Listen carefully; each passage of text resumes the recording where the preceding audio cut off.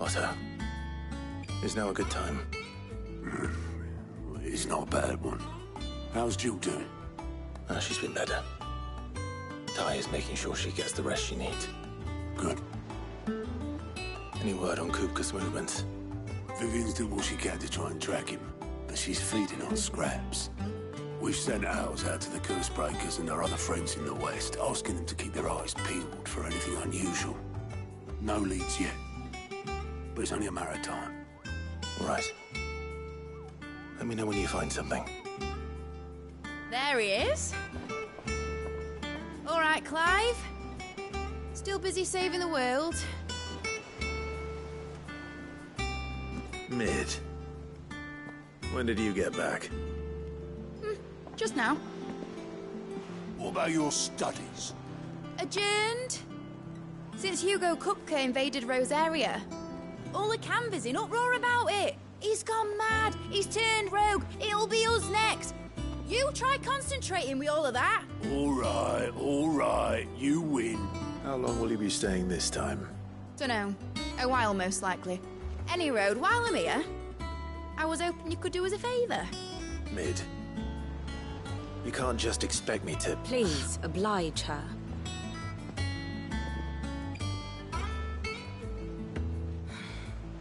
While we are busy tracking down Kupka, you should have a little time to spare.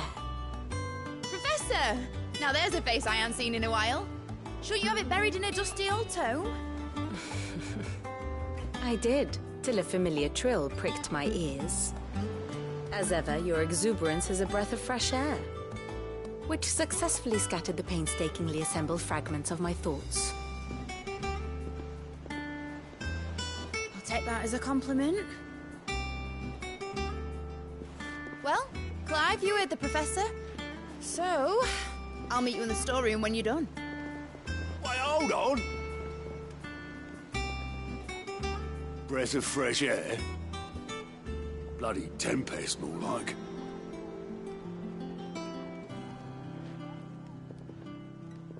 Oi, Otto, you got my gill? Huh? What are you on about? My fee for bringing Mid across. She said you were paying. That little... The storeroom, was it? I wonder what Mid's plotting.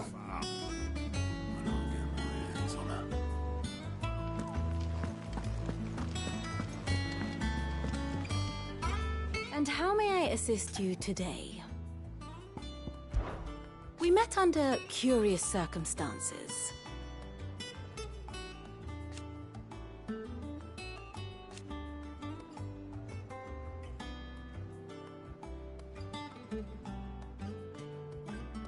Naturally.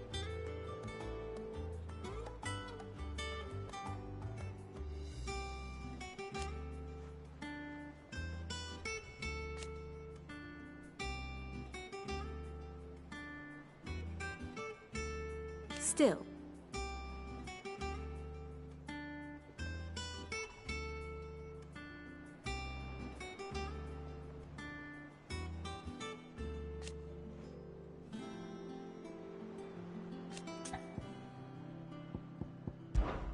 Then I bid you good day. Ah, my favorite pupil. Here's the latest information I have.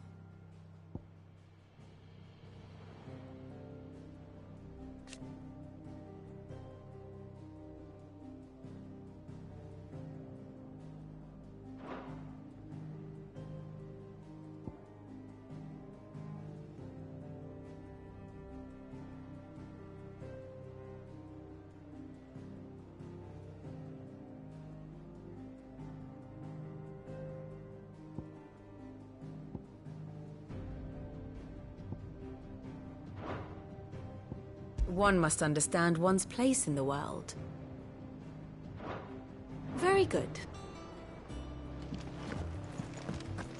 Yeah.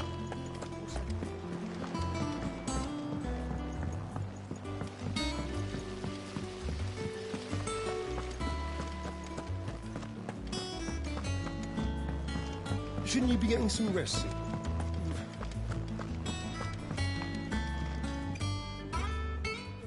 took your time. I'm a busy man, Mid. I'll get to the point then. I want to turn the room down there into a workshop like the one I had at Dad's place. Mid, you've only just come back. And I've been thinking about it for a while.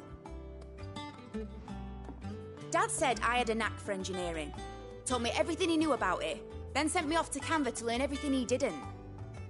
That was his dream for me, that one day I'd put my studies to use for the good of the cause.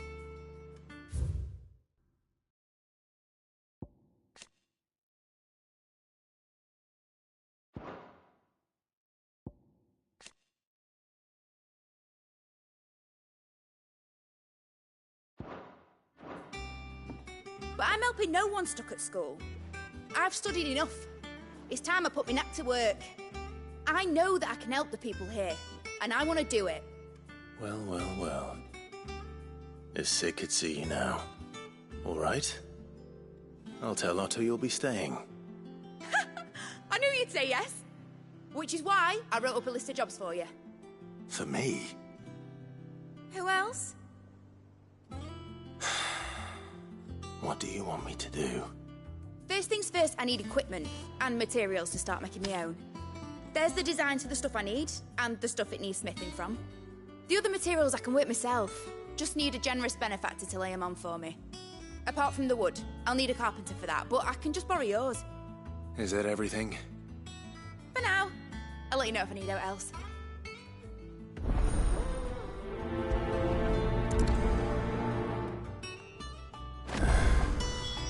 Where to start? Materials and tools. That means Karen and Blackthorn.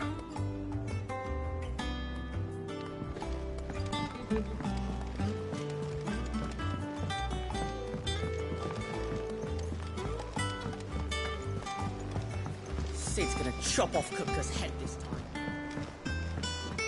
You were born in Rosalith, weren't you?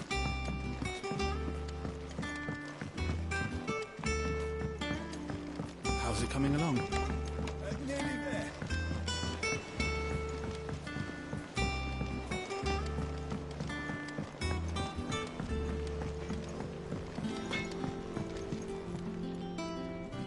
Blackthorn, you busy?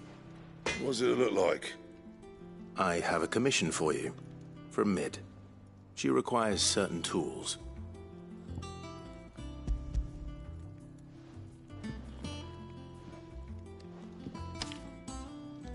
Do you think you can make them?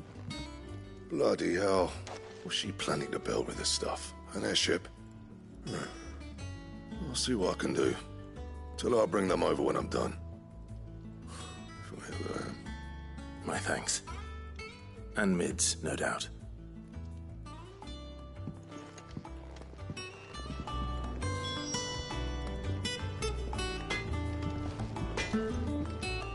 What do you need?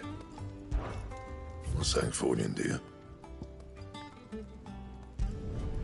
Not bad, if I do say so myself.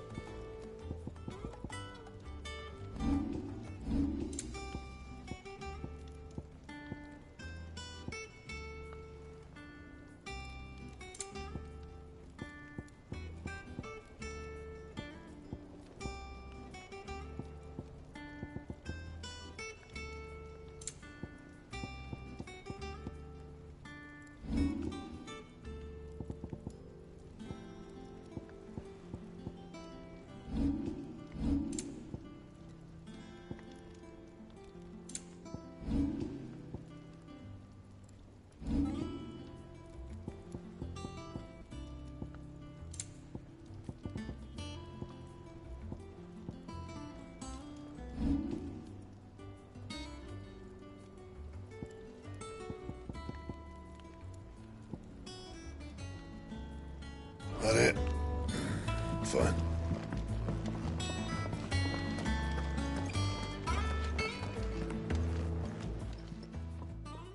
Was wondering where you'd got to. Mid's back from Canva. Have you seen her? Just now. She's planning to set up a workshop in the stores and ask me to buy her some materials. Here's the list.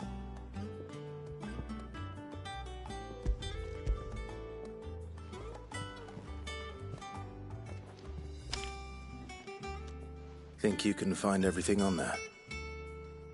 This lot? Wouldn't be much of a trader if I couldn't. Excellent. As for payment... It's paid. 100 times over by what that girl's done for us. If it weren't for her filters, we'd have naught to drink but blight water, and that would have drained the life out of us long ago. Indeed it would. I'll send the stuff on to Mid when it comes in. Thank you, Karen. That just leaves the carpenter. Let's see if Bardolph's available. Is it business? Or pleasure? Go on, then.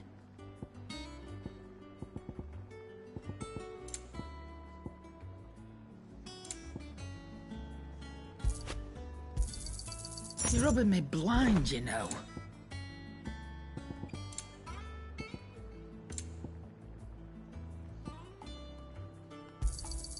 It'd better all be here.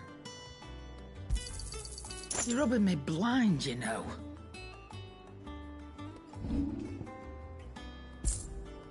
Is that all?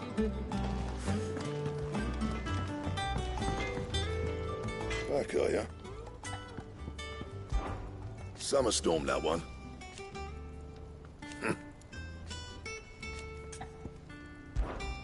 What do you want?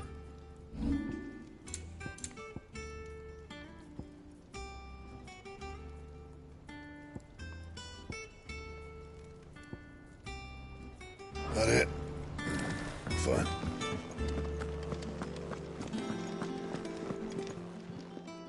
Well, don't just stand there gawping. Quite the opposite. Like father, like daughter.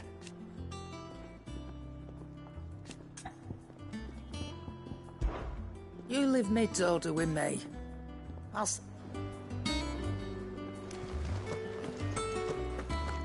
Oh, Maeve It's back knows from how to Canberra, grow I vision. hear.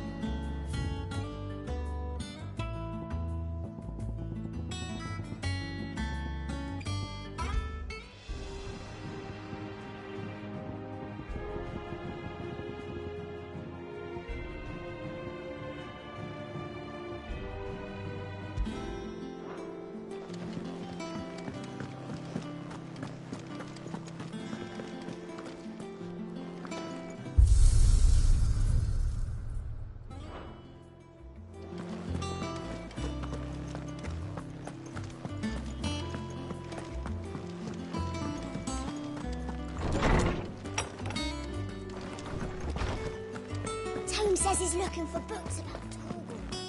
I know. When we find out anything about Torgal, you'll be the first to know. How good it is to see you, Clive. If that is all, my friend, my knowledge is yours. Did you know that once they had, until it was taken away,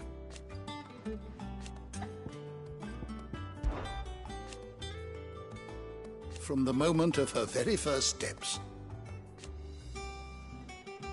And so,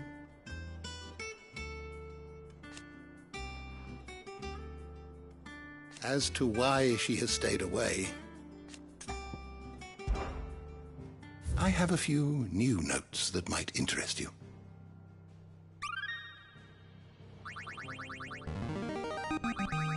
I have quite the find for you today.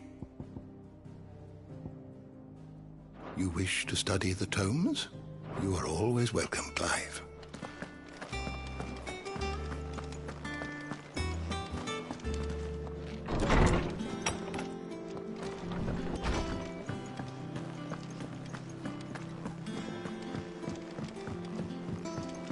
Jill looked white as a sheet when they brought her.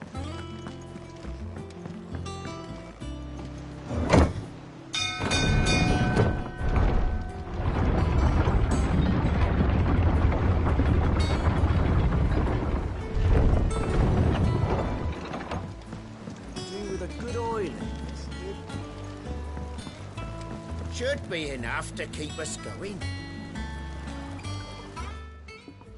How do, Master Sid? Bardolph. Mid's looking to build a workshop in the storeroom. and she needs the aid of a skilled carpenter. So naturally I thought of you. Well, I'd love to help the young miss however I can. But I'm afraid I got my hands full just keeping this place afloat. There's holes need patching, and if I don't patch them, will all of us sink into the mere. I'd gladly spare Mid all the time I have, but the sad truth is, I ain't got none. I see. It don't have to be me, though, does it? What about that other fella? You know, the one over at Martha's Rest. Bernard, was it? That's right. And he is a friend of the cause. I'll ask Martha if she can spare him. Thank you, Bardolph. Least I could do.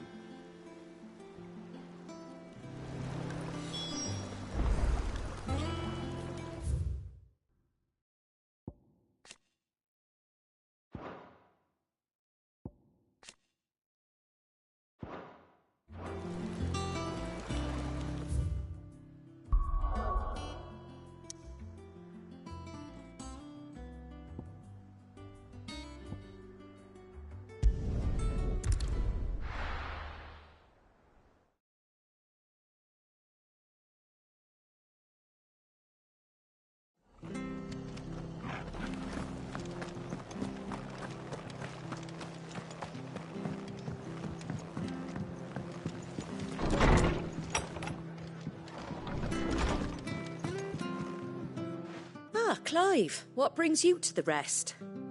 Our home finds itself in need of an extra carpenter. I wondered if I might be able to borrow Bernard for a short while. I don't mind if he don't. We're all friends here, aren't we? Thank you, Martha. Do you know where I might find him? He went up to Cressida on business. No idea what, mind. Place is a ruin. Far as I know, he's still there. I'll look from there, then.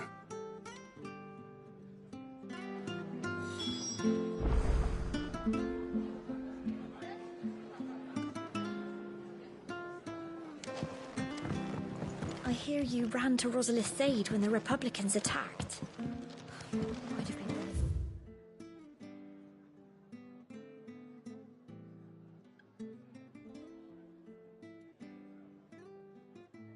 opposite direction, as fast as my poor legs.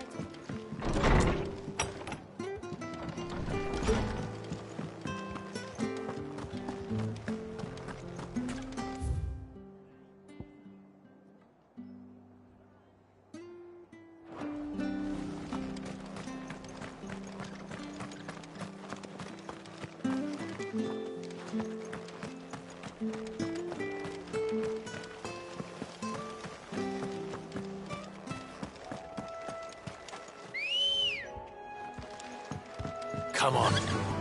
Run like the wind.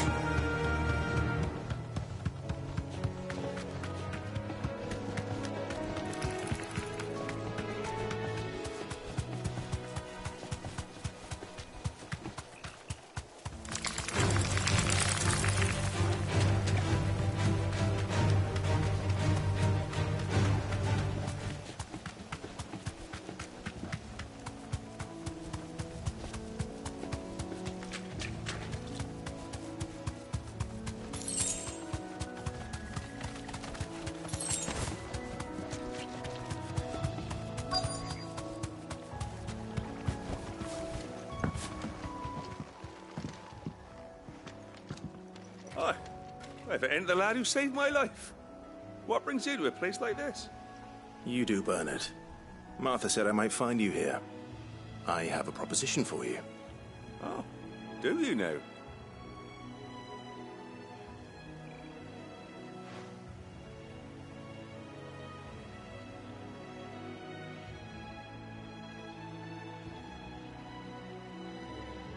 Building a workshop, you say?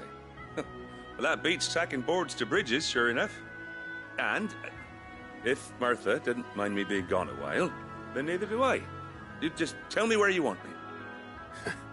That's the spirit. I couldn't ask a favor, though, could I? Before we go?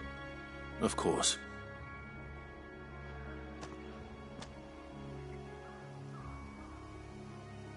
Well, that there is Cressida, where I grew up. Ain't much left of it now, though. It's at my parents' graves. But I came up here hoping to visit. I even patched up the bridge to get across. Only to find the place crawling with fiends. But you're a dab hand when it comes to dealing with beasts and bogles, ain't you? Any chance you could, It's the least I can do. Well, thank you kindly. And take care.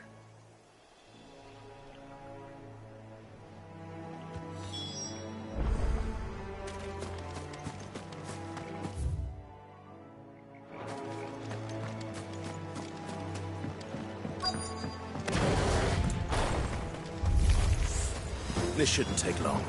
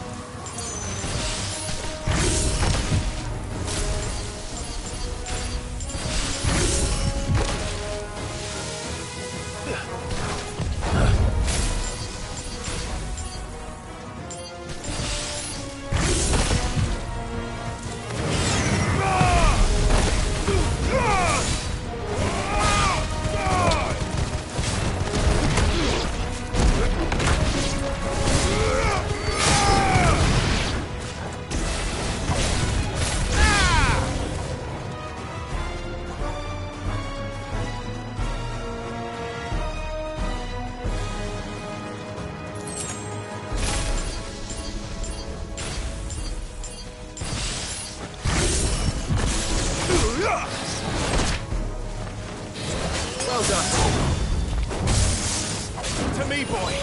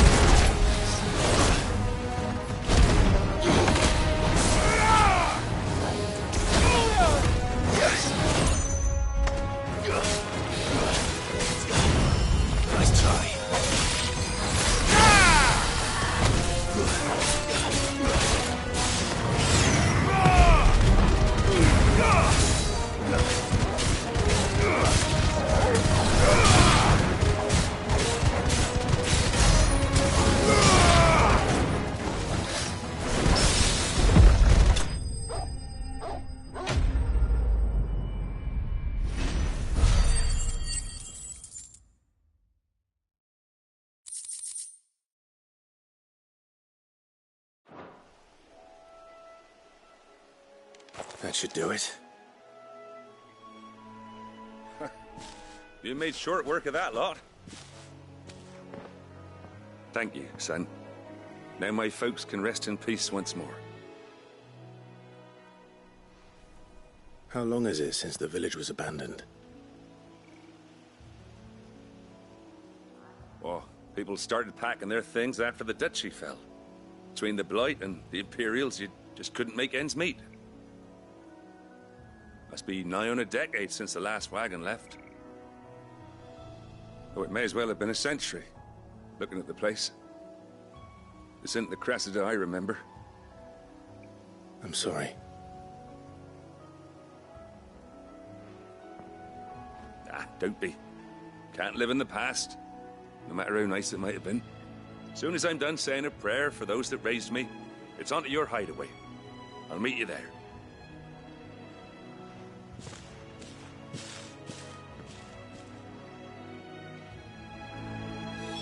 That should take care of Mid's little list. Better head back before she thinks of anything else.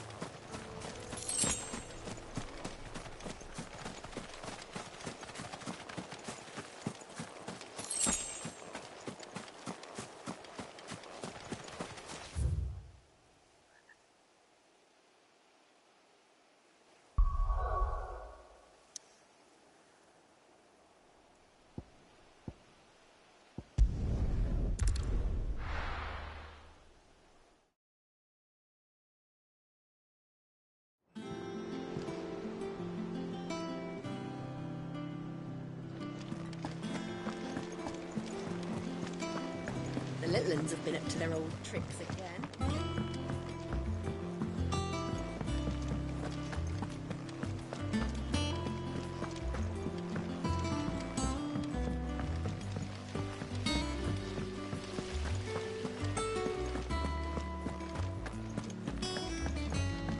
Shouldn't you be getting some rest in?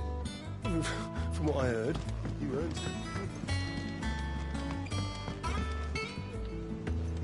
All right, Clive. You've all done then? I am. I've placed your various orders, and a carpenter by the name of Bernard is on his way from Martha's Rest. That's brilliant. Thanks, Clive. Is there anything else you need? Nope. Blackthorn and Lady Karen have already sent over everything I asked for, and I've got all my plans drawn up. So as soon as Bernard gets here, we can get to work. I can't wait.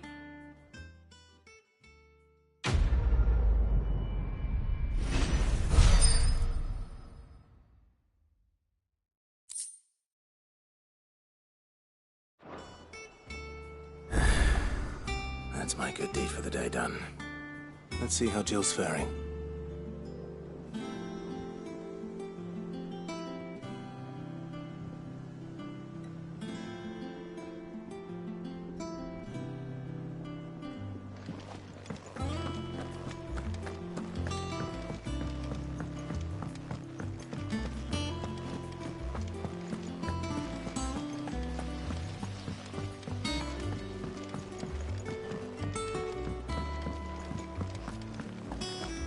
Yeah.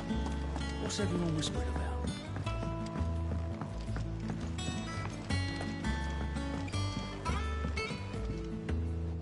Do you have a moment, Sid?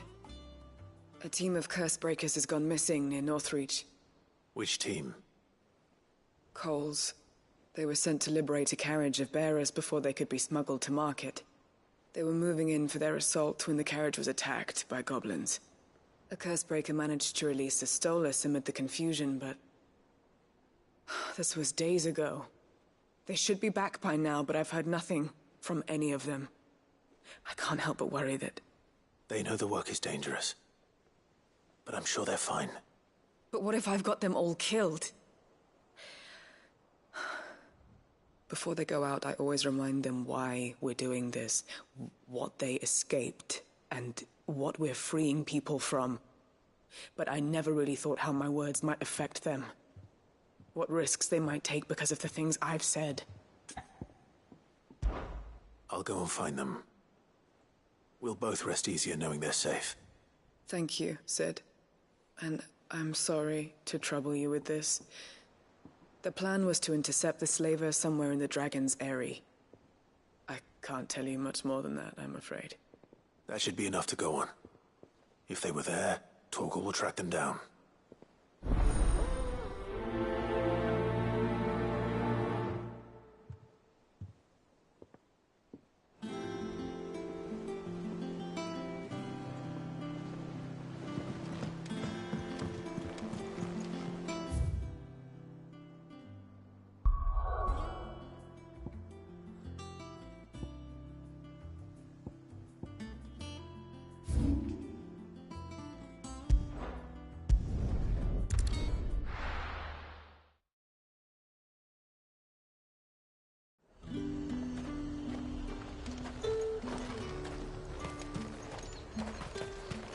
There's talk.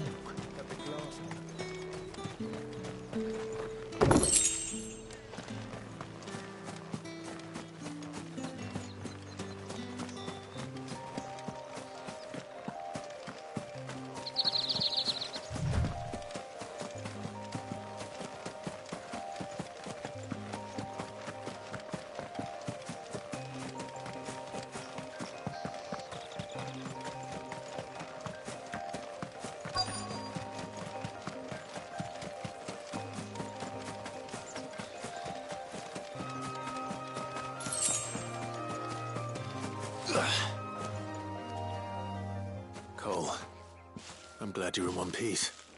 Just about. Sid, if you don't mind me asking, what are you doing here? Doris sent me to find you. She hasn't heard anything since the attack. She's been worried about you. I sent a runner to the Dame in Northreach. The hideaway should have learned of our survival yesterday.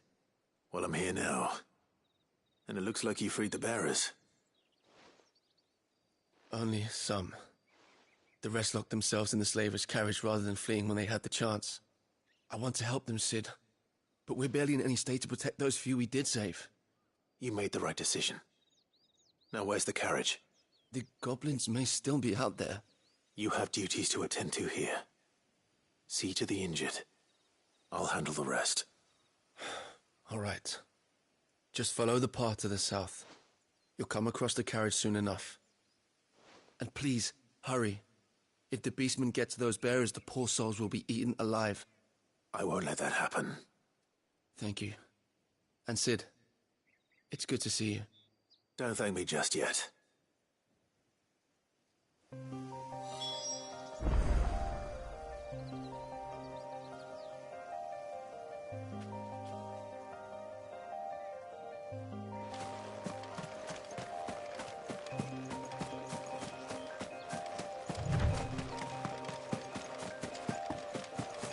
They're trying to get into the carriage. Too slow.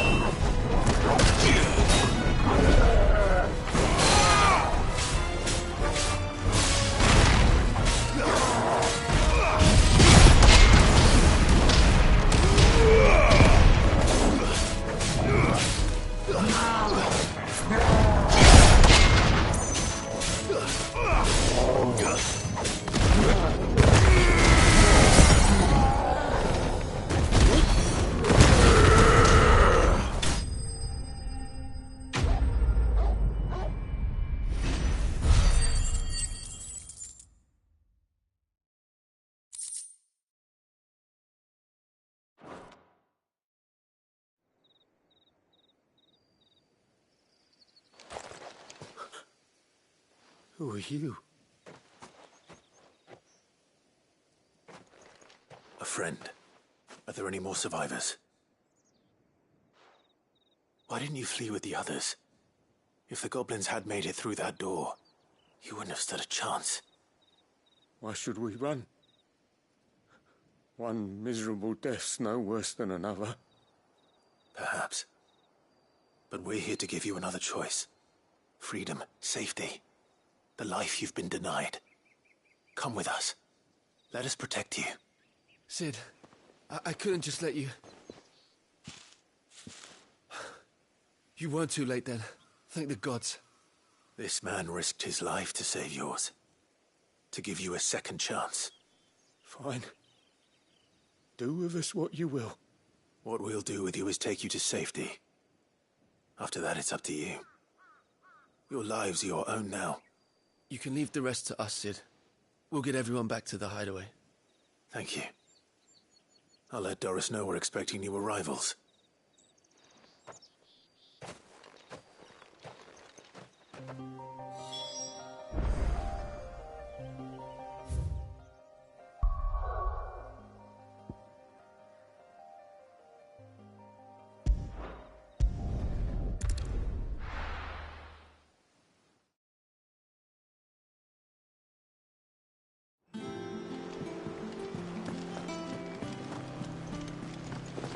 The little uns have been up to their old tricks again.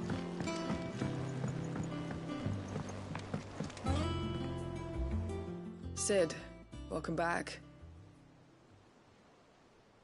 As if I'd just waited a little longer, I might have been able to deal with things myself. Or maybe I wouldn't. I keep making the wrong decisions. Cole and the others got home safely. You made exactly the right decision. No, I was lucky. I've been tracking that slaver for months, and then I sent Cole and you after them woefully unprepared. What kind of leader sends people into danger without considering all the risks? I should have urged greater caution, told Cole to be wary, to pull back at the first sign of trouble. We swore the same oath as you, Doris. It's good to see you safe and well, Cole. I'm sorry. With all due respect, we Cursebreakers don't risk our lives because you commanded of us. We risk them because we believe in our cause. No one with doubts ever joins our ranks. The agony of removing the brand more than sees to that. We all know how much bravery that takes. Cole, I never doubted your courage. Only my ability to see it put to good use. Thank you for your faith in me. I'm not sure I deserve it. I sometimes wonder if I might prefer to risk death alongside the others than ask it of them. But I'm a Cursebreaker. I swore an oath too. I have a role to play, and I must trust that I'm the right one to play it. You will. In time.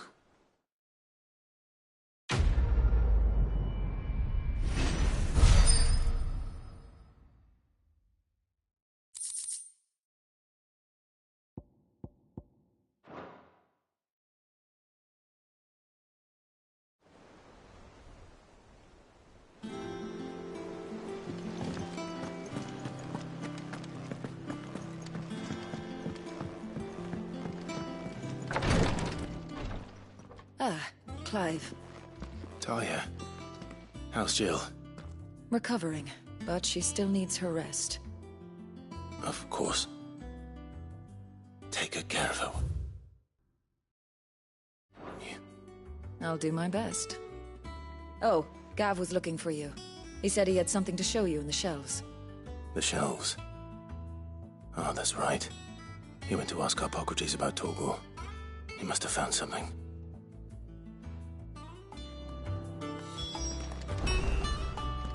You have the look of a man with the twins upon his shoulders, Rodrigue. Talia has tasked me with removing a Cursebreaker's brand. But it's my first time, and I don't think I can do it. I'm afraid of what happens if I fail. You survived, I know, but hear as many die as recover. Is it really worth the risk? You don't need me to answer that. You know full well what we're fighting for. I hope as much as you that one day bearers can walk among others as equals. But until that day, a brand is a burden, and we must lift that burden in order to go undetected. The operation may be dangerous, but it's also essential, and we undergo it willingly. I know. I still wish there was some other way. But griping about my lot helps no one, I suppose. Don't worry. I'll do what must be done. I know you will. Unfortunately, the first thing that needs doing is the preparation of a draft to dull the pain. Something I can't do with the infirmary's ammonia supply so low. What few leaves we have would barely be enough for removing a splinter, let alone a brand.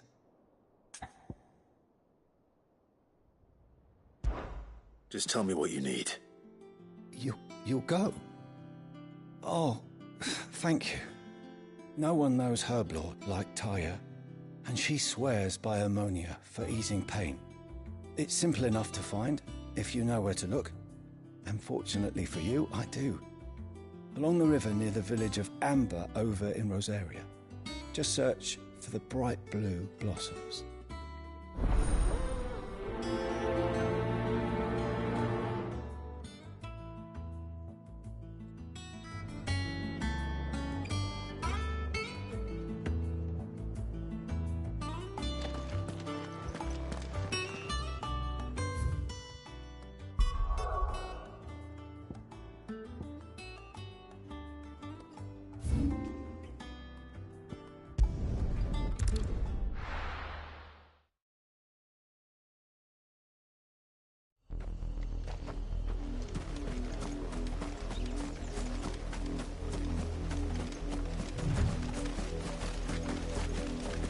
The river was easy enough to find.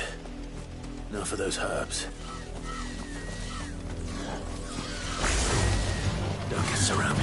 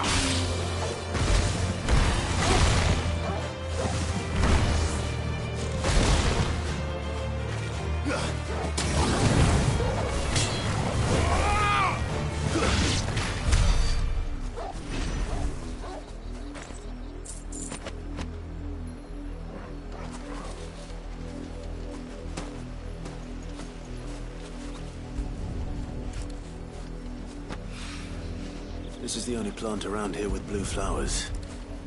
I hope it's the right one.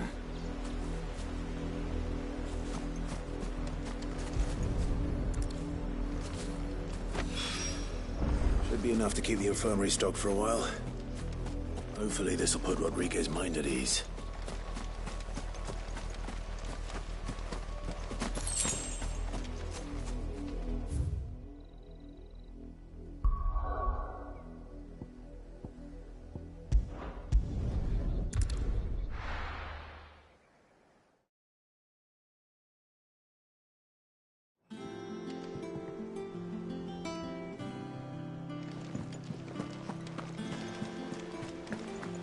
little uns have been up to their old tricks again.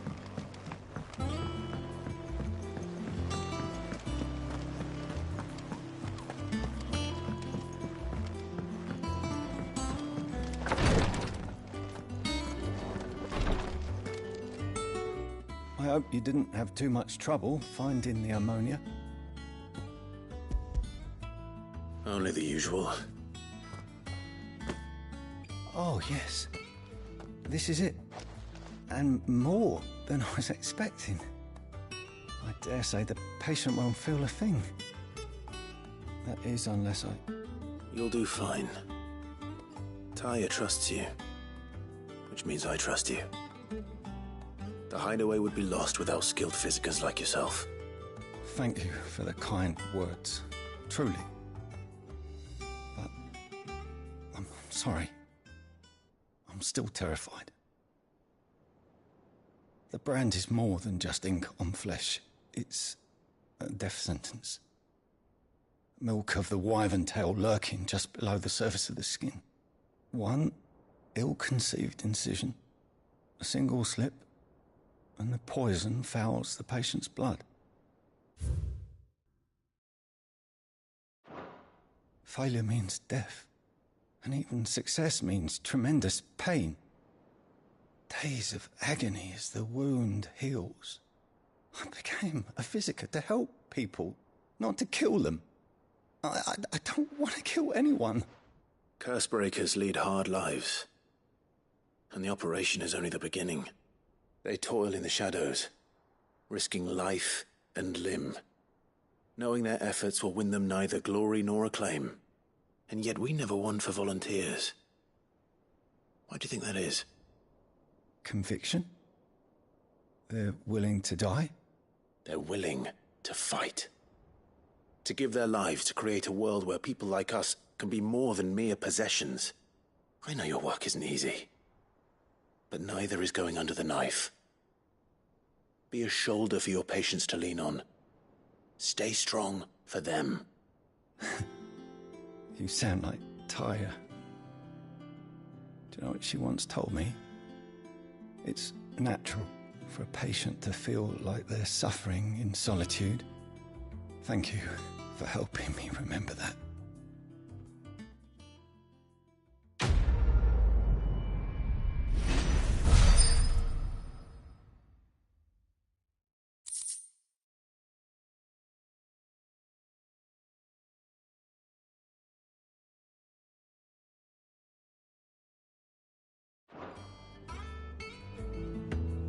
I'm sorry I let my fear get the better of me.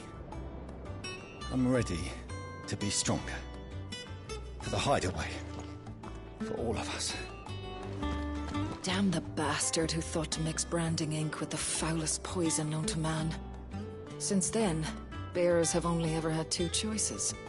Court the crystal's curse in service of their masters, or defy the brand and suffer the wyvern's wrath. Either way, it's an agonizing death.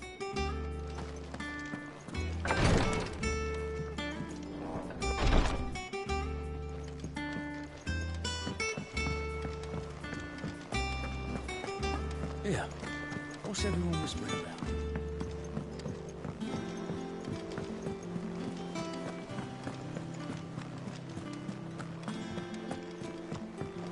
Jill looked white as a sheet when it went.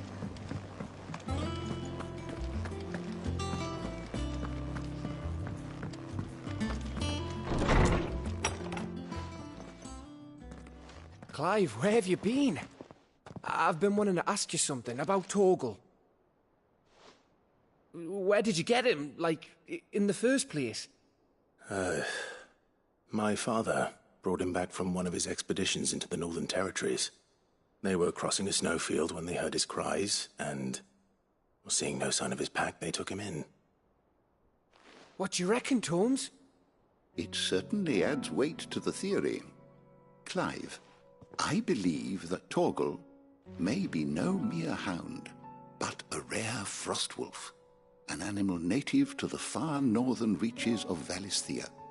In one of our oldest bestiaries, I found reference to a frostwolf who served as guardian to an ancient queen of the north. Such was his mastery over ether, he could cast magics on command. His name was Fenrir. Fenrir the Frostwolf. Now, the annals do not state it explicitly, but I have reason to believe this queen was a dominant of Shiva, a girl from the Northern Territories and her faithful hound. One awakens as the dominant of Shiva, and the other? You're saying that Jill granted Torgal his powers? What? Just like Fenrir. People called him my hound, but Torgal and Jill were inseparable. He grew up as a faithful companion to the dominant of Shiva, and years later, his powers awakened, just when his master needed him the most. You're right. If it weren't for Torgal blasting those bastards to Kingdom Come, Jill would have been for it. Quite. Though Torgal's power is his own, his latent birthright as a Frostwolf, it had only to be unlocked. Oh, get you, Torgal! You're an even finer hound than we thought. And regarding your original concern, you need not fear for Torgal's health. Why, the beast has the appetite of a behemoth. Just this very morn, I found him with his nose buried in my nuts. There you are! I've been looking everywhere for you. Bernard's here. I need you to introduce us so we can get to work. I shan't be a moment.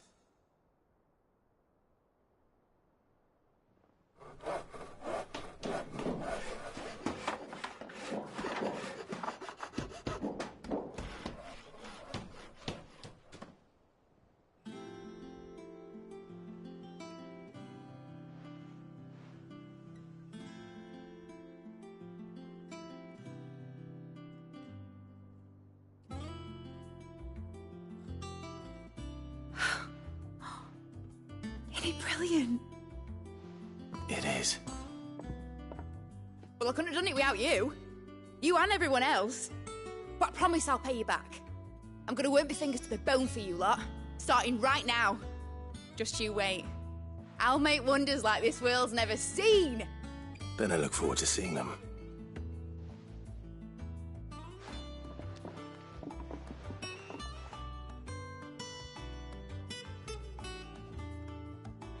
Now that that's settled, I wonder if Vivian's made any progress tracking down Kupka.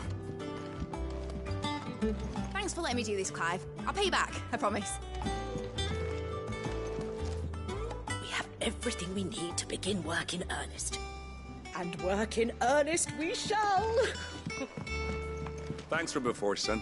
That was a good deed you did me. Only right I do you one in return. Though I did wonder if I'd bit off more than I could chew when Mid showed me her plans for the place. If she hadn't been there to tell me what to do, I wouldn't have known where to start.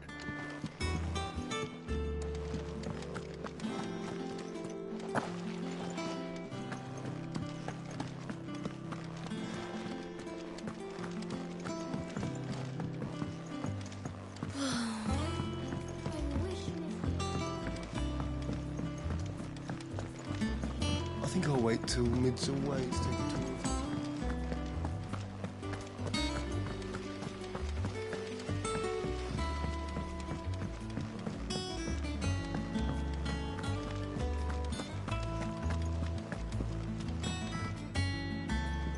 How goes the hunt for Kupka? Largely in circles. We have myriad sightings of strange soldiers in unexpected places, but nothing definitive as yet. If only we knew for certain by what route he left Rosalith. Well, keep at it. If anyone can piece this puzzle together, it's you. And I'm willing to wait as long as it takes.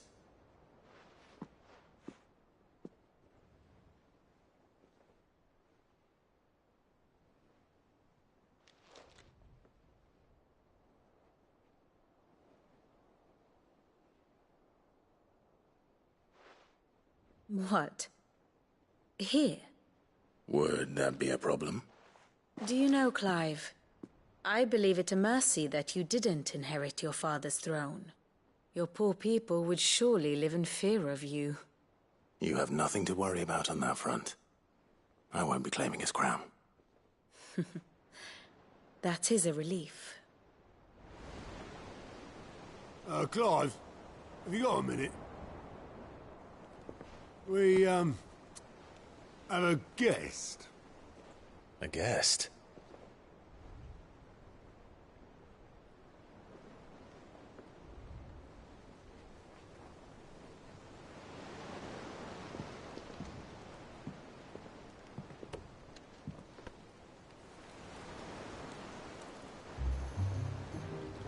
For your trouble. It was a pleasure, in hindsight. Uncle Byron? Clive, my boy! Tap a cask and stoke the ovens, for your favourite uncle is here!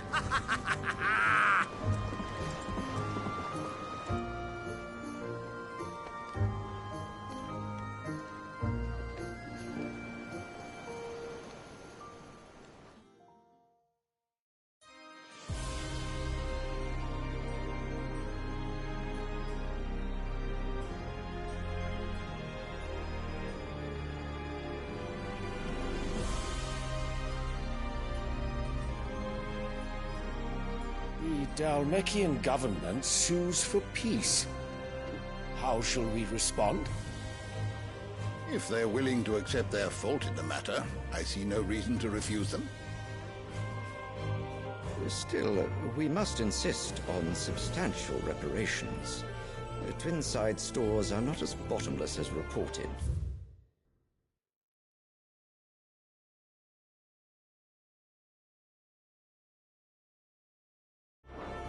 Aye, and we have many more mouths to feed.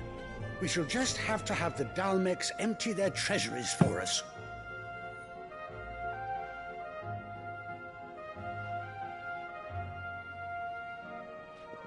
Of course, none of this would have been possible without your timely intervention, Prince Olivier. Indeed, I doubt any of us would have had the courage to trade words with the mighty Titan, nor less the wit to win him over. The Empire owes you a great debt. May the blessing of the crystals go with you, Your Highness. May the blessing of the crystals go with you. Very good.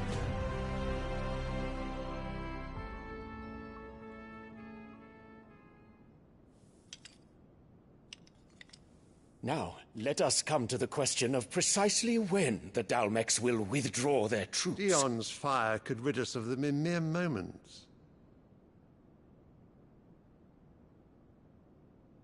The men of the Fist will not withdraw until a peace treaty is concluded. So let us keep the negotiations open, give them time to gather what gold and trinkets they can, and once they deliver that which we demand, what worth is a piece of parchment? Your Radiance, were Prince Dion to take the field, the enemy would surely send their own dominant to meet him. And while His Highness would of course prevail, there would be heavy losses on both. You need not fear Hugo Kupka. He is engaged on the Western Front. Even were the Dalmecs to send for him, he would not arrive in time. As much as I would enjoy witnessing a clash between Bahamut and Titan, it is not to be.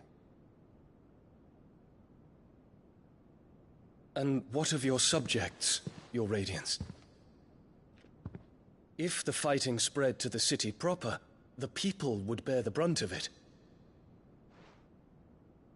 There will be losses, it is true. Yet for every citizen who falls, another can be bred. For every home that burns, another can be built. The Empire will live on.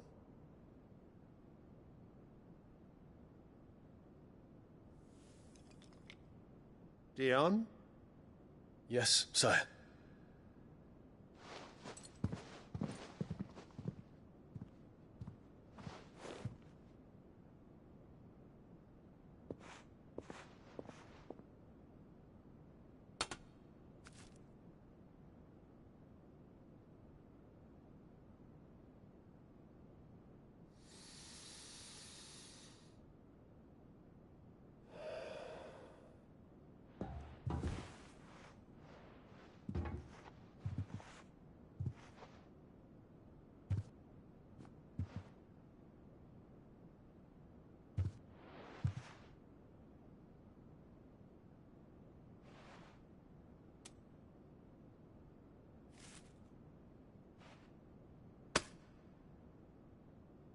prepare for battle. But sire... Do not make me repeat myself. Return to your camp and await my orders.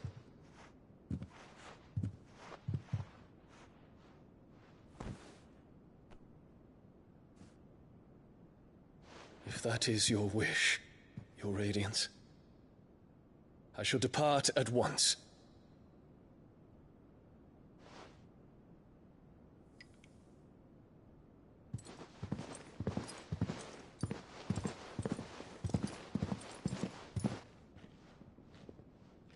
May Gregor forgive you.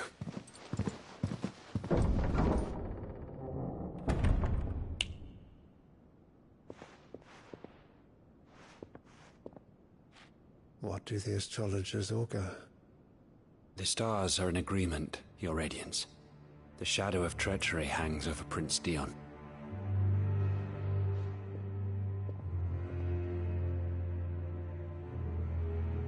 So Annabella's tales were true. You disappoint me, Dion.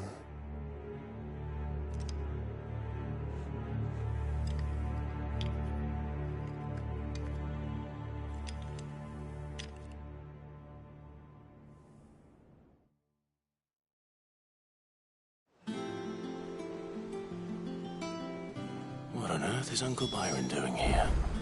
Only one way to find out.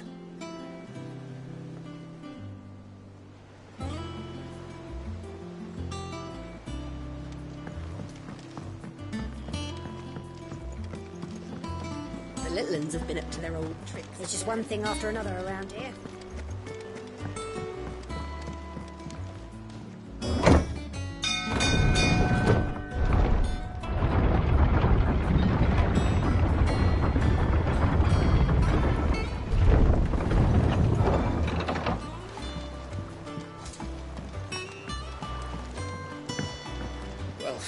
Fuck me.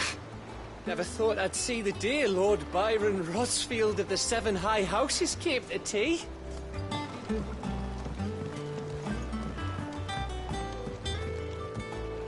Ah, my dear nephew. How I've missed you. How did you find this place, Uncle?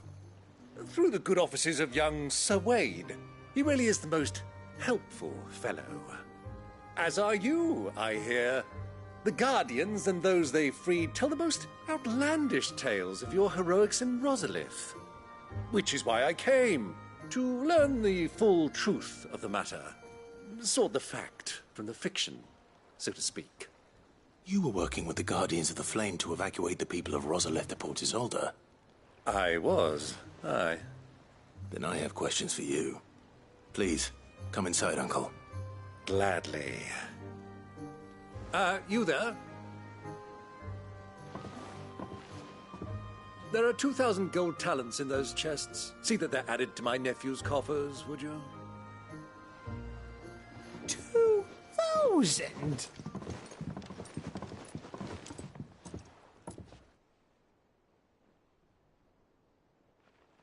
And I'm afraid that is all I know. A fleet sailing south past Port Isolde. Most intriguing. Forgive me for not being able to tell you more. I hadn't the faintest idea Kopko withdrew wounded from Rosalith. Still less that my own nephew dealt the decisive blow. What do you think, Vivian? I think, with this news of the Dhalmekian fleet and recent reports of the Royalists' movements, that the final piece of the puzzle has fallen into place. Come here and I'll show you.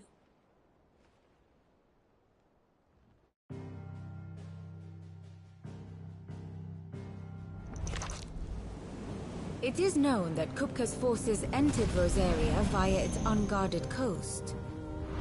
So can the same be said of your visitors from Waloed? Certainly, her Royal Navy is famed for the efficiency with which it bears her knights from one battlefield to the next. And in the Einherjar, or Black Galleon, she boasts a vessel nigh as swift and every bit as feared as the kingdom's legendary cavalry. A fitting flagship for a land apart, her naval presence being crucial to her ambitions beyond Ash. Yes, it seems safe to assume that the Royalists did indeed enter Rosaria from the sea. So then, had you a vested interest in Titan's survival, whither would you take him? Why, home to Drake's Fang, a place rich enough in ether to conjure the magics needed to mend his hurts. But would that not entail an arduous voyage around the southern cape? Let us say that the Royalists did put ashore with a mind to spirit Kupka away from under your very nose. Could that truly have been their plan for him? To load him aboard one of the ships flying Republican colors sighted off the coast near Port Isolde. To spend weeks at sea, being tossed hither and yon by unforgiving waves, his life hanging in the balance. No. The journey would mean Titan's death, and Kupka's faithful creatures would not allow it. So what then was the plan of our Waluda friends? Reports suggest they made not for the coast, but for the desert. And by cutting through the Velcroy, a party traveling light would have Titan back in his bed days before a galley could lurch into port. To wit, it was the Royalists, not the Republicans, who effected Hugo Kupka's safe retreat. I would stake your life on it.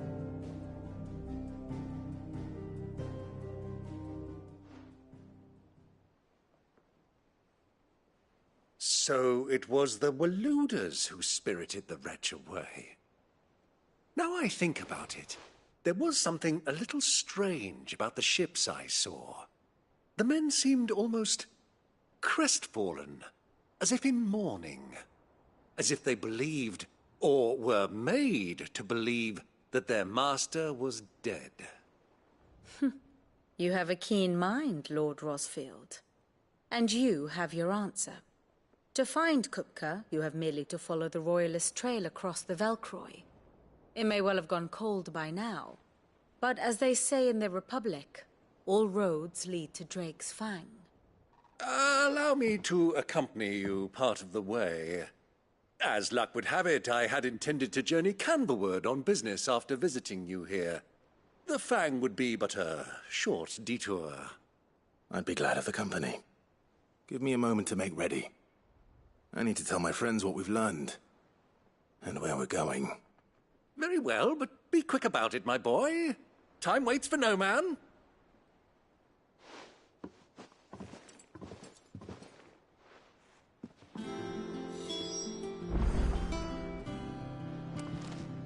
And how may I assist you today?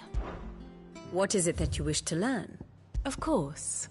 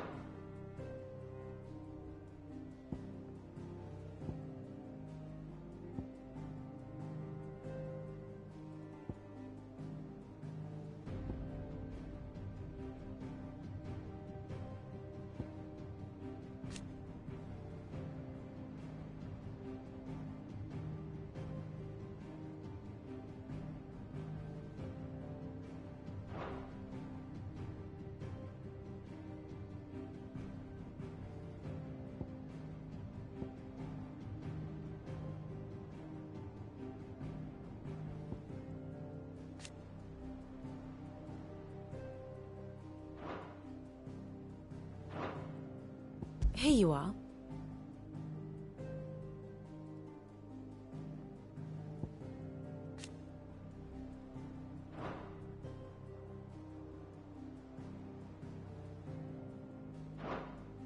The state of the realm is ever-changing, Clive. Lid's finished outfitting her little workshop, I hear, with a little help from Sid.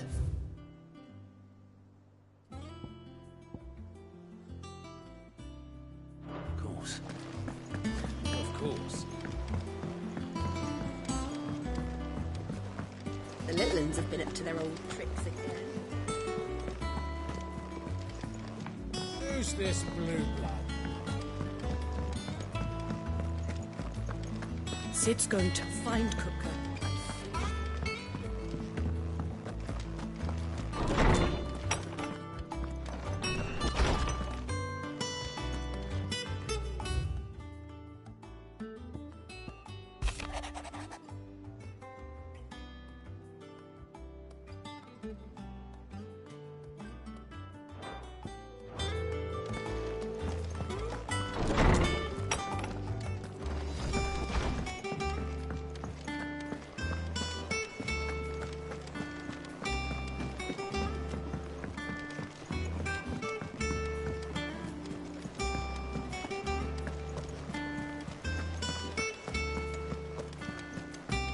Hurry and make ready, my boy. We must sally forth.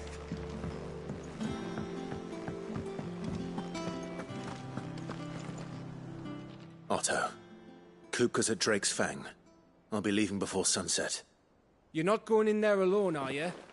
Don't worry. I'm not going there to destroy the Mother Crystal. All I'm after is Kupka's head. I won't risk any more than I have to. I promise. The Lanza and the Fang are all Kupka's personal fiefdom. You have any trouble on the way, you ask for Rosina Dalamil. Some call her the Desert Hare. Who is she?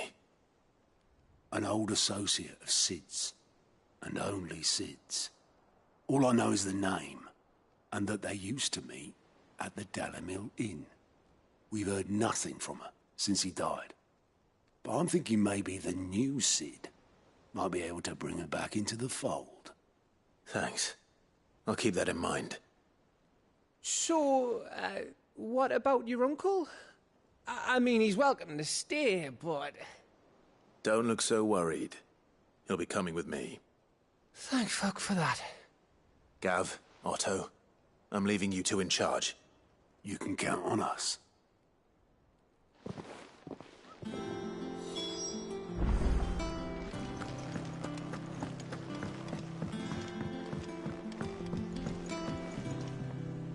All right, Uncle. I'm ready to depart. Shall we? We shall. Come, let us away to adventure.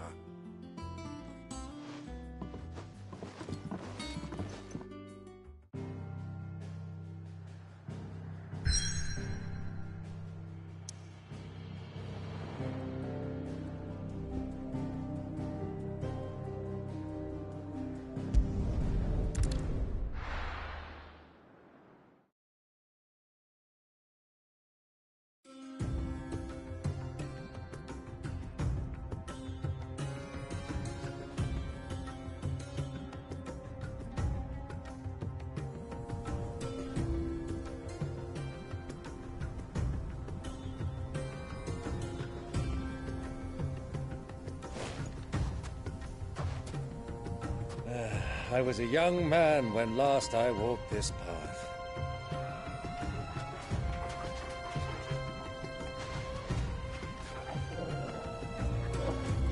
There's an old trading post not far from here. The road to Drake's Fang leads through it. The trading post it is.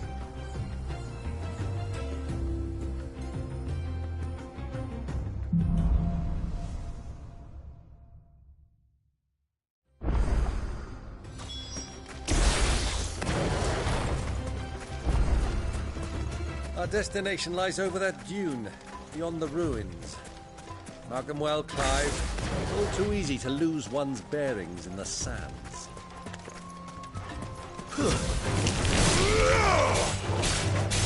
Give me some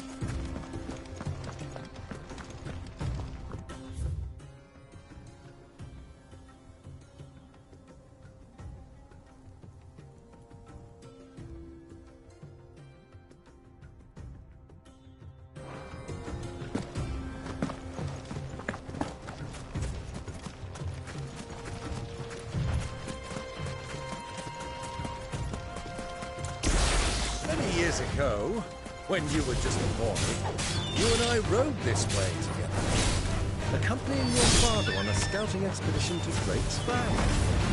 You let me come with you. I'm not surprised you don't remember. It was just before Joshua was born. You were so eager to be there when your brother arrived that you whipped your chocobo too hard on the journey home and fell from the saddle. I shall never forget how Elwyn fussed over you as you sat in the sand, bawling like a babe.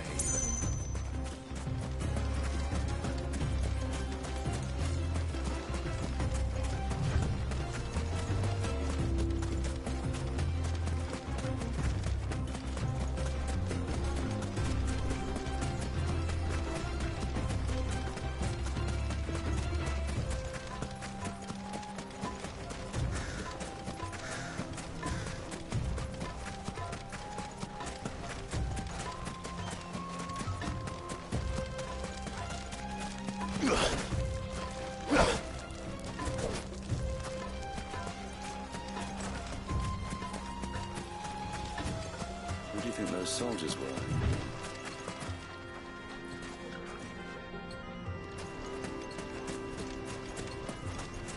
So, Lord Cook has finally made his move.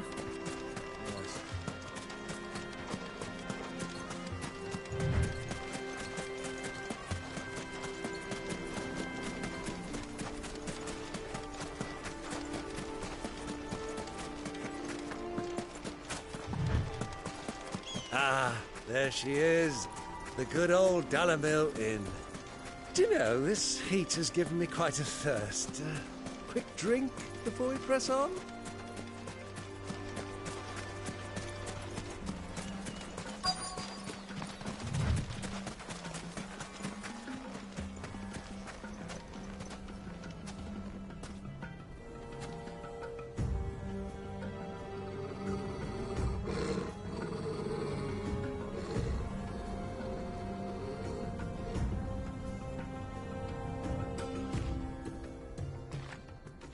Look, there.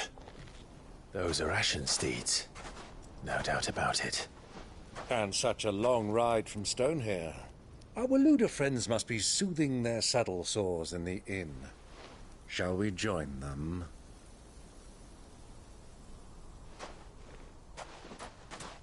Run along and play now, Torgal. Dogs aren't allowed inside.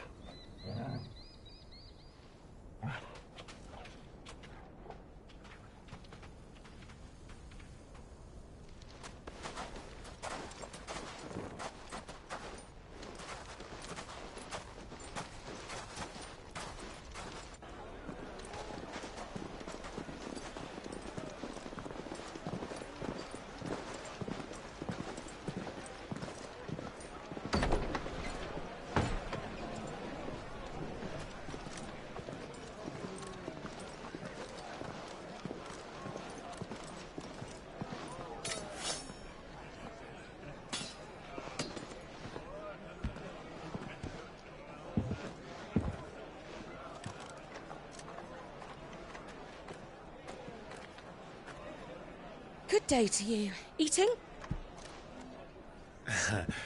Sorry about my pal. He only talks when his mouth's full. What do you recommend? Well, if you're after something light, we do a fine chocobo soup with lentils and honey. 2 bowls of that, then. An ale. Right you are. Hey, girl! Coming! Your pal? Would you rather be my squire?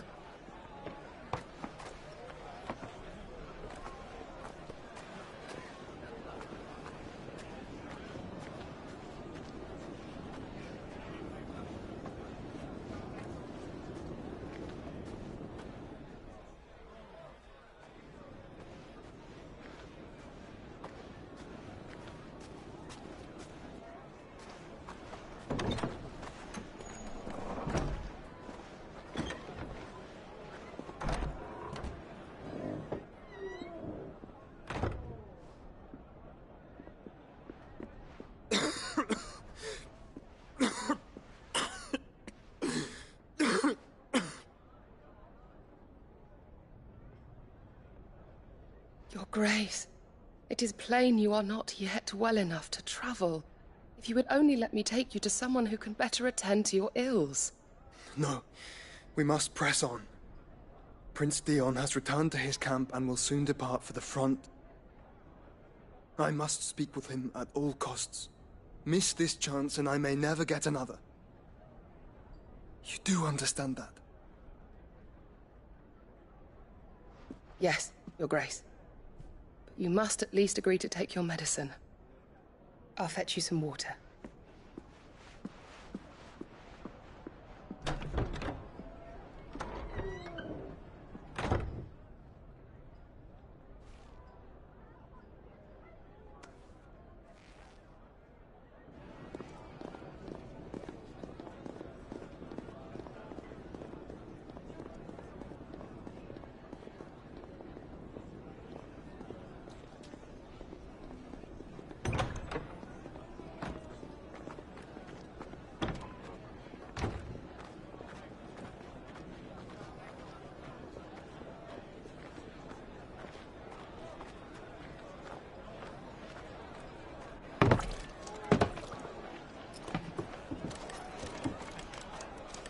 Keep watch, they tell us.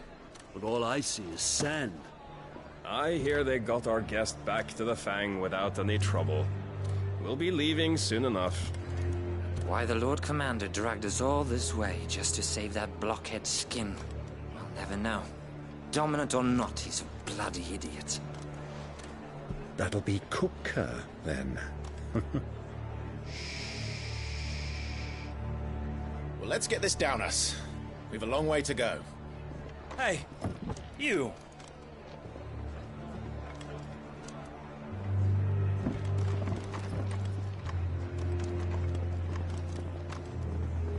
Uncle? Sorry.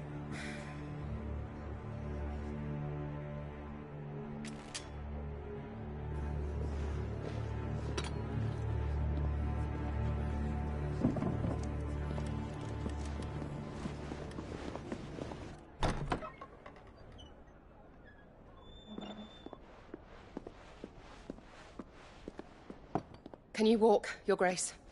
What's wrong? I fear trouble may be brewing downstairs.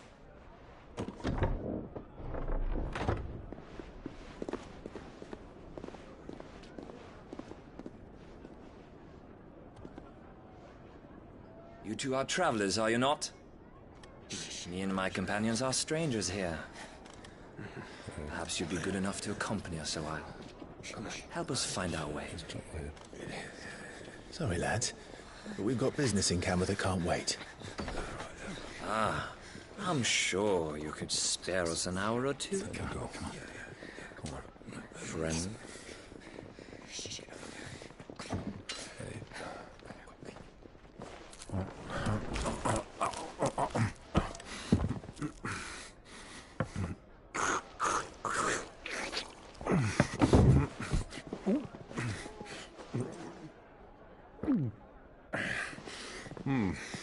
I'm afraid we don't have a moment to lose.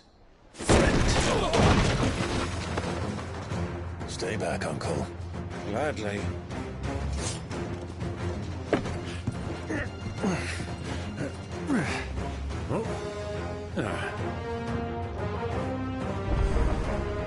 It's the outlaw! Take him!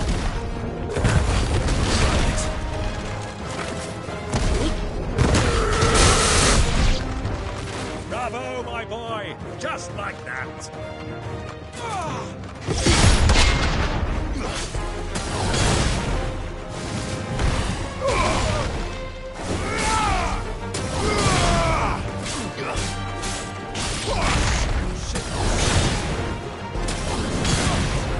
Who are you?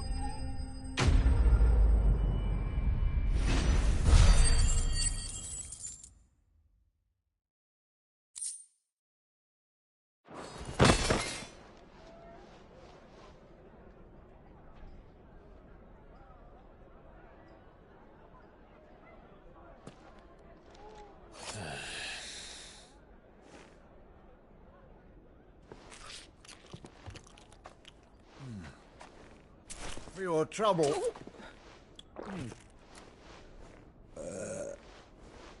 Word of advice, miss. That soup could do with a touch more salt.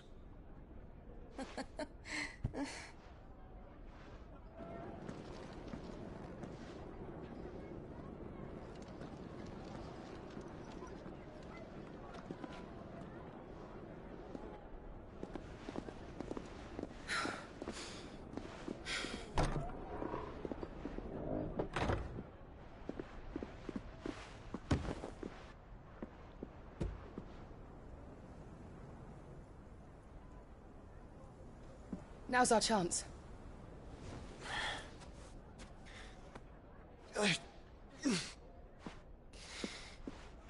Your Grace? I'm fine.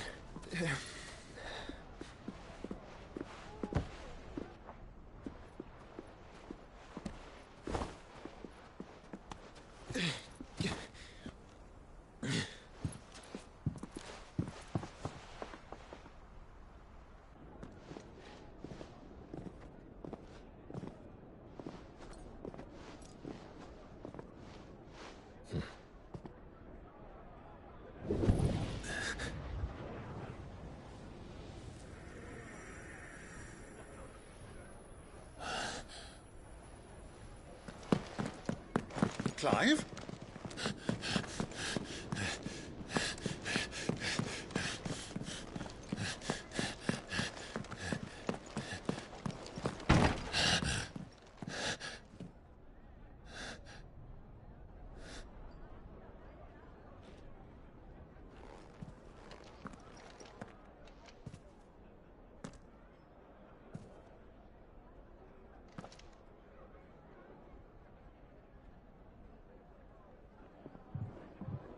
What is it now?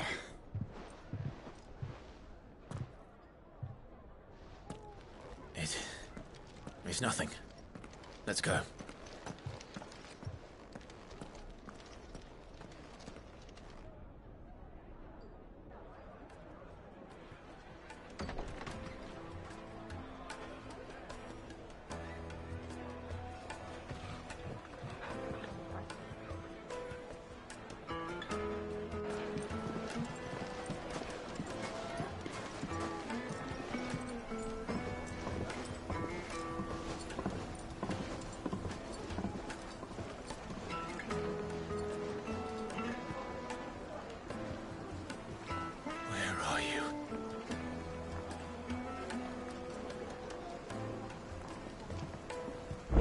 We didn't know where to find Kupka before. We do now.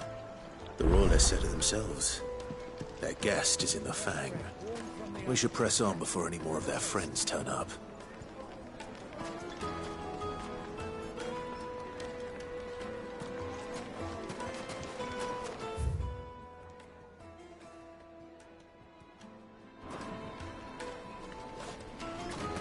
Take a sniff, good sir. The finest fabrics!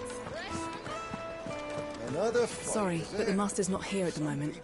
All orders have to go through him. You could melt butter in that furnace. Get it stoked. Right away.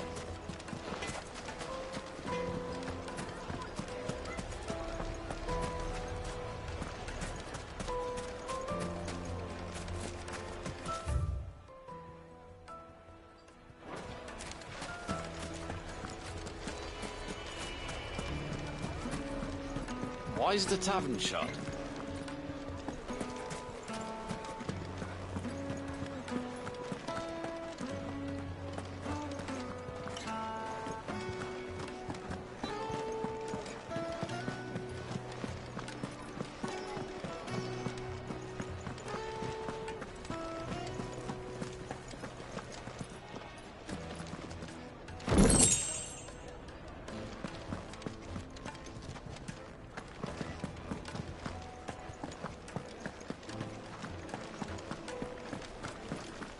Let me treat you. I need a drink.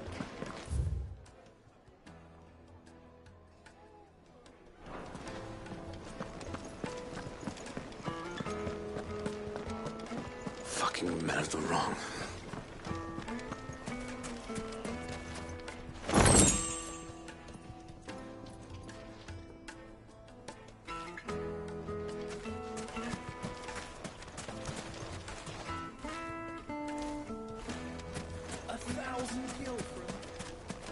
Won't you come and play, handsome? It's all the fault of this blasted war. The moment they find out...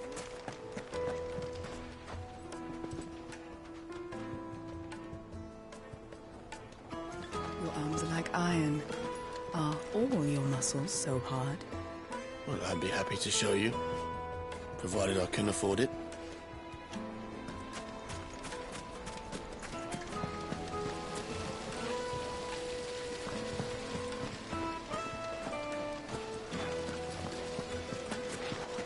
Lights and pots! Light meat and dark. Fresh from the grill.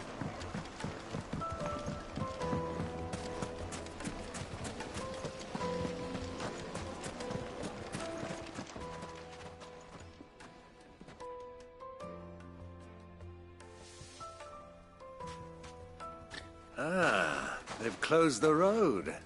And it's the only way from here to the Fang. It would seem Lord Kupka is not accepting visitors at present. We have to get through that gate. Not by force, I trust. We've attracted quite enough unwanted attention already. By guile, then. Perhaps the Desert Hare can offer us her aid. Rosina Dalamil, woman of mystery. But how will we find her? We know naught of her but her name. And that she was working with Sid. Sid's other collaborators have all been people of means, the wealthiest and most successful members of their communities. I'll wager this Rosina Dalamel is the same. That would certainly help to narrow the search. We need only inquire as to who is in charge of the town. And that's exactly what I mean to do. Looks like we won't be getting back to Drake's Fang anytime soon. Well, it's not like we've got a reason to. Whatever this emergency is, they've shut down the whole mine for it.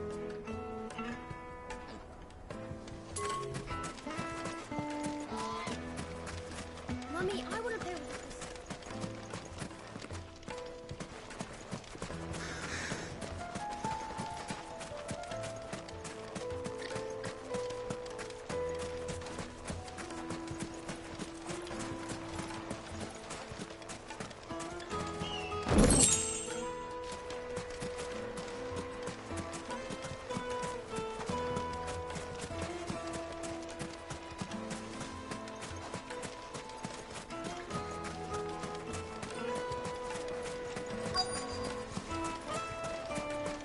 Light it, for Gilbert's sake.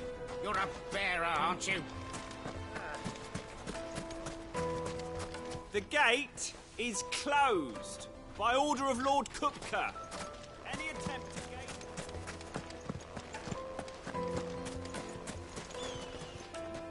Anything I can help you with, travellers? Allow me. My good man, we represent one of the oldest and greatest trading houses of Port Isolde. We're seeking to expand our business in the region and would very much like to make the acquaintance of Dalamil's leading entrepreneurs. If only we knew where to find them. Well, we're best known for our baths, our markets, and our smithies. I suppose you could do worse than start your search at one of those. Thank you. You've been most helpful. Oh, you wouldn't happen to know a lady by the name of Rosina Dalamil, would you? No. I can't say I do. Well, thank you all the same.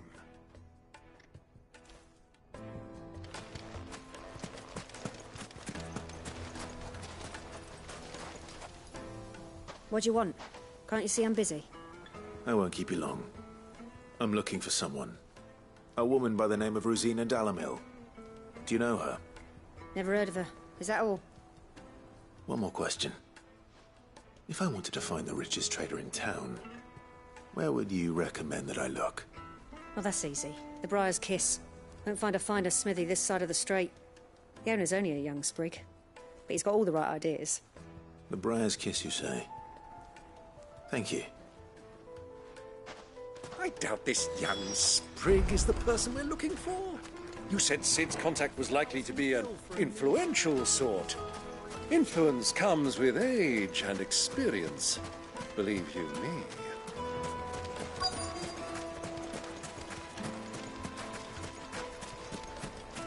Mummy, I want to play with the crystal. How many times do I have to tell you? Hanging lanterns, keep silver platters, just like they eat off in Castle Dasbor. This town is truly blessed. The bustling markets, the healing waters, and all under the watchful eye.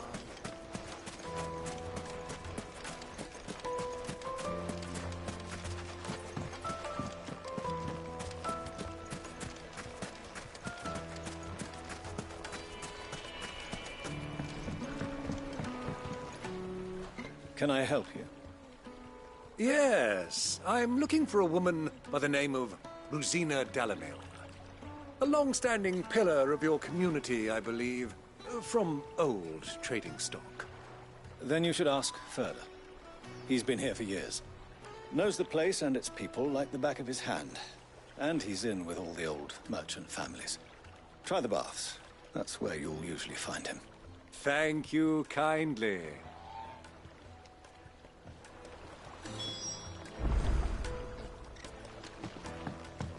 Well, it sounds like we have our man. Perhaps. Let's go and find out exactly what this Furder knows. Sweet incense, wax candle. Excuse me. Are you Furder? I am. Can I help you, travelers? I hope so. You've lived here for some time, is that correct? Do you know Rosina Dalamil? We believe she may be a trader of some renown. And what business do you have with the Desert Hare? She was a close friend of mine. I was hoping she might be able to help me. Very well. Go to the Bordello. I'll arrange an introduction.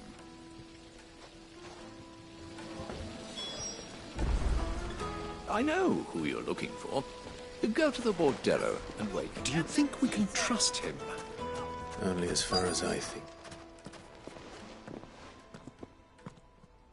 So you're the ones who've been sniffing around. I beg your pardon? Don't play the fool. Stick your nose in our business and you're likely to lose it.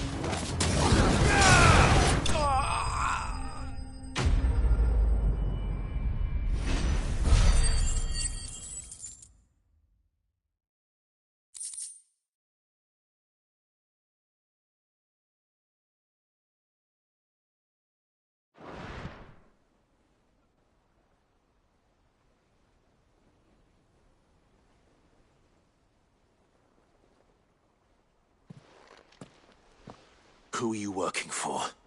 Him or her? Him. The boss. He wanted us to test you. Though one could hardly call that a test. Lord Ferda? Look what the cat dragged in. Your skill with the blade is rare indeed, my lord. A fitting talent for an outlaw. You know who I am. So what now? Call in the Men of the Rock and collect the bounty? That isn't my decision to make. Our work is done. Take him to meet his precious Rosina. She will be interested to make his acquaintance. Yes, my lord. To the Lock of Leisure, then. To the Lock of Leisure.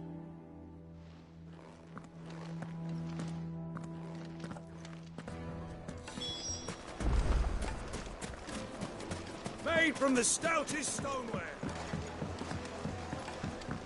Kneaded to a silken softness.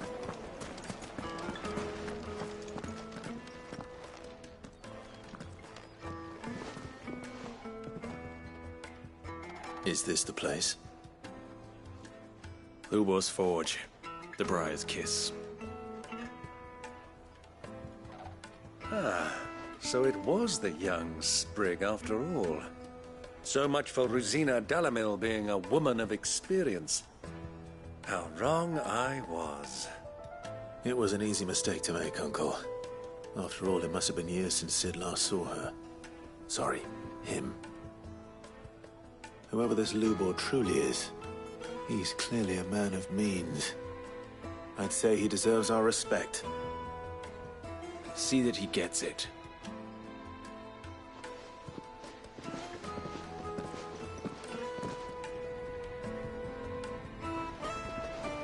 Lubor, Lord Ferda told me to bring them to you.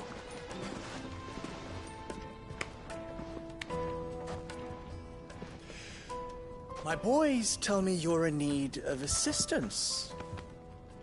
Sid the Second? I won't waste your time. I need passage through the south gate.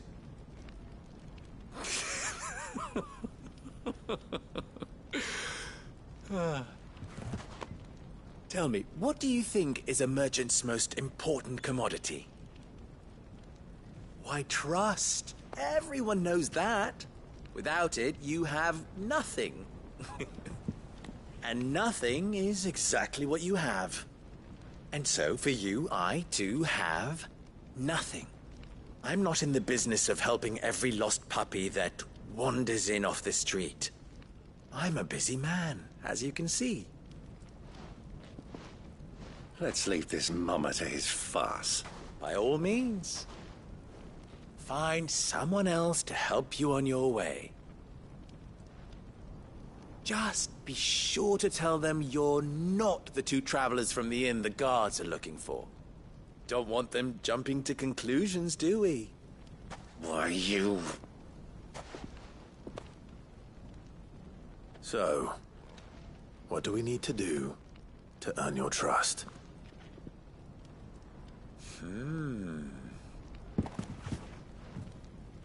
I like this one. Willing to do whatever it takes to get what he wants. Ha! Men like you have a special place in my heart. Why, you ask? Because they get me what I want. Always. Fine.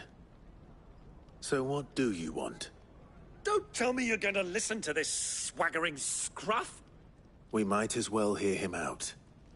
It's only natural that an ally of Sid's would seek assurances of strangers. Assuming he is an ally, of course. 5 years ago, he would have still been a boy. And yet even then I had more good sense than a man, 5 times my age? But enough of the pleasantries. We were speaking of what I want. I want you to put an end to the trouble in Dalamil. Return to me when you have done so, and you shall have my aid. Until then, I bid you good day. What trouble? If you're going to give us orders, be clear about them, damn you! Manners, Greybeard. One catches more damselflies with honey than with vinegar. What did you call me? My apologies. A word of advice in recompense. Follow the crystals. Oh, but that was 3. Oh, I'm making this too easy for you. Ha! It will be easy. Solving his little riddle should be like dealing with him. Child's play. Let us divide our forces, Clive. I'd rather not drag this parlor game on any longer than we need to. All right. Good luck, Uncle.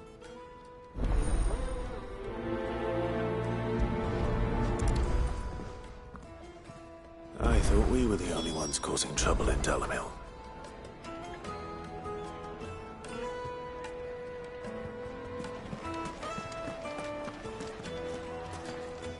The misfortune Dalamil finds herself in is of a crystalline nature. So do be discreet.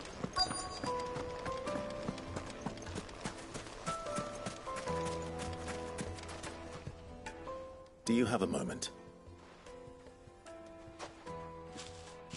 Depends what for. Just a question. Dalamil seems to be thriving compared to the other villages I came through on the way. Is there a reason for that? Well, we're a stone's throw from Drake's Fang for one. That's the men of the rock throw their money about like there's no tomorrow. Is that so? Well, thank you. Don't let me keep you from your work any longer.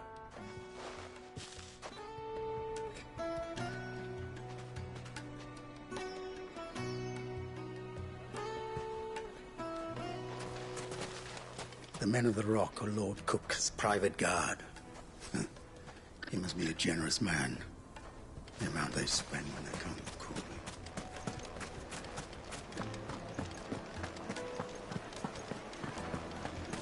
The most fragrant herbs. Fresh bread, warm from the oven. You wouldn't believe how much he gave me. Well, I hope you gave... What can I do for you, soldier? Need that sword polishing?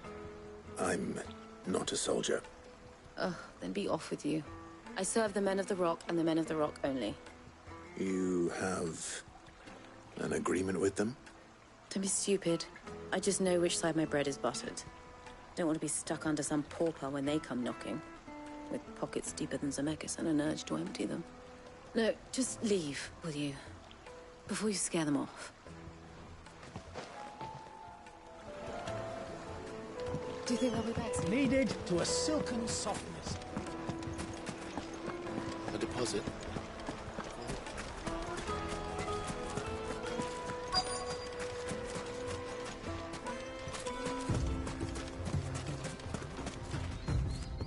Excuse me. Is it true there's been trouble with crystals of late? You've heard, then? I've heard rumors.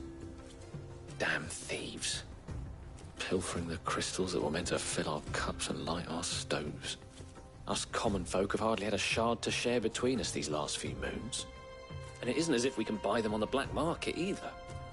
Whoever's taking them, they aren't sharing. I think I'm starting to get an idea of what's been going on. I wonder if Uncle Byron's learned anything of use. They'll probably be back at the inn by now.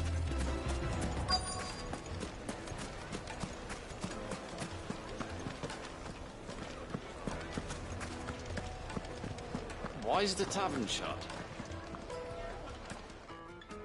It's you, the one who broke all our furniture. What do you want? Haven't you caused enough trouble already? I'm looking for my pal. Have you seen him? The gentleman who was with you?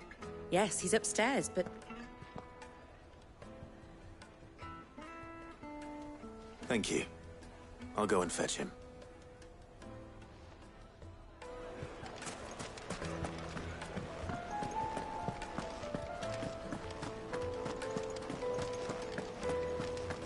Let me treat you.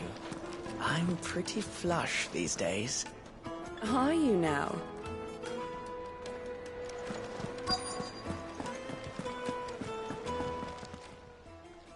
Huh?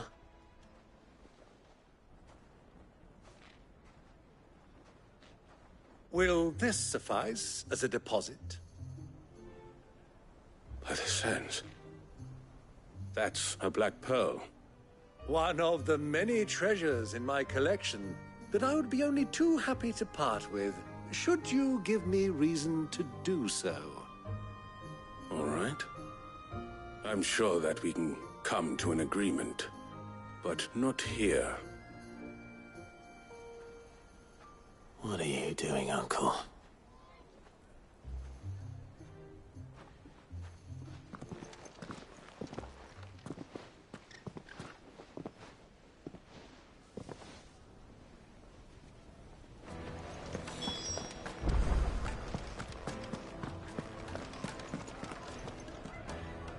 Care to explain why you're giving gifts to Kupka's men? Bait, my boy. One cannot catch one's prey without it. And I do believe I've snagged us quite the quarry. I started by asking around the markets as to where I might purchase crystals. I had no luck, of course. It's forbidden to trade in such things. But my uncharacteristic indiscretion just happened to attract the attention of those uniformed ruffians. They took me aside and said they could procure the crystal I sought if I proved I could pay for it. So the pearl was your proof? I thought they'd asked for more. A second-rate specimen like that would only fetch 500,000 or so. A small price to pay for admittance to the underworld. But enough about my little act of subterfuge. What did you discover? That the supply of crystals has dried up of late. And some people seem to think they're being stolen. Meanwhile, members of Kupka's private guard have been spending money all over town. I'll wager those soldiers you've been talking to have been siphoning off crystals meant for elsewhere, and pocketing the profits. I'll wager you're right. We'll meet with them then, just as you arranged, and put an end to the trouble Lubor spoke of. Ha! That preening popinjay thought this would be difficult. It just goes to show one should never underestimate a Rosfield. We'll soon wipe that smirk off his face. I arranged to meet with the soldiers in a secluded corner of the Velcroy, far from prying eyes. The perfect place for a spot of double dealing. I trust I can count on your support, if things turn sour. Of course.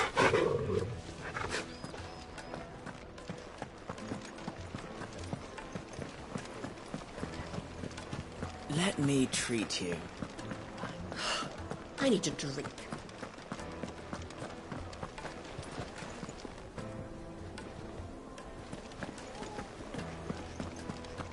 Fucking men of the wrong.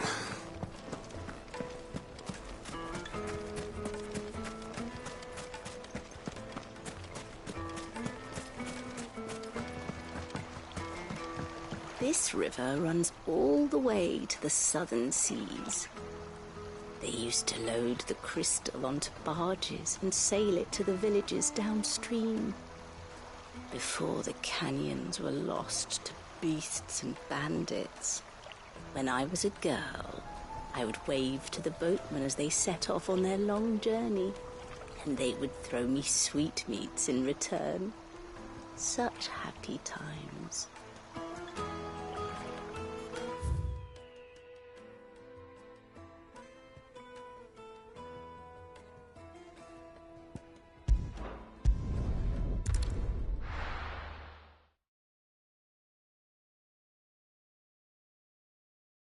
Why is the tavern shut?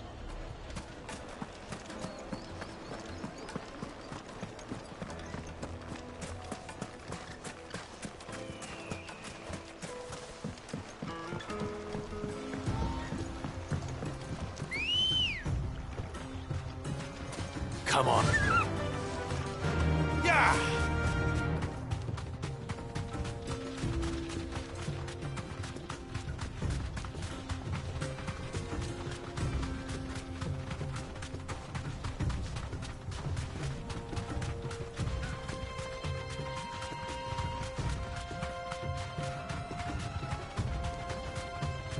Easy does it.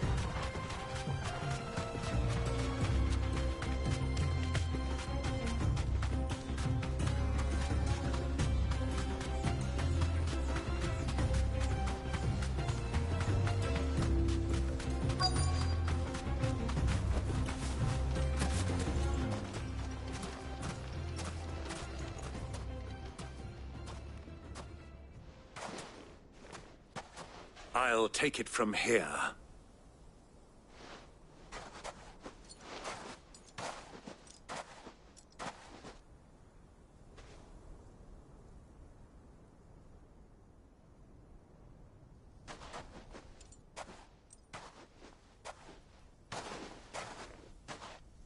I was beginning to think you weren't coming, my lord. You've brought your contribution? All the silver and stones I could scrape together at such short notice? You brought the whole 500 talents. That was the price we agreed upon, yes? If you've no objections, I'd like to see the crystal. Of course. Right this way, my lord.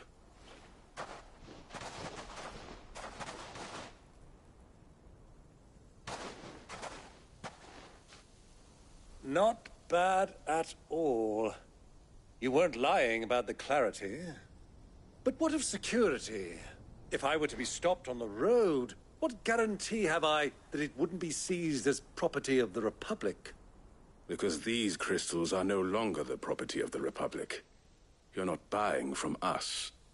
You're buying from them. And we have no more jurisdiction here than you, my lord.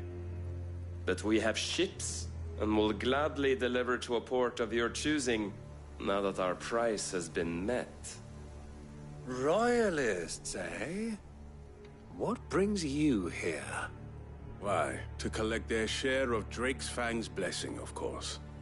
Our nations are allies, and so they are entitled to a portion of the Mother Crystal's bounty.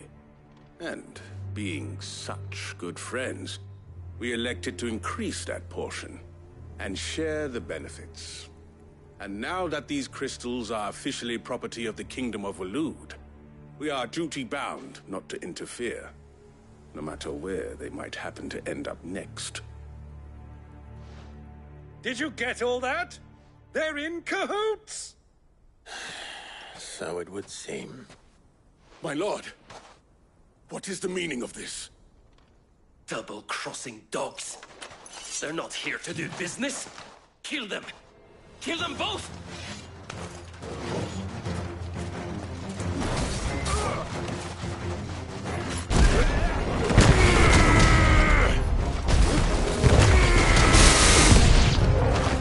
It's not over yet, Uncle!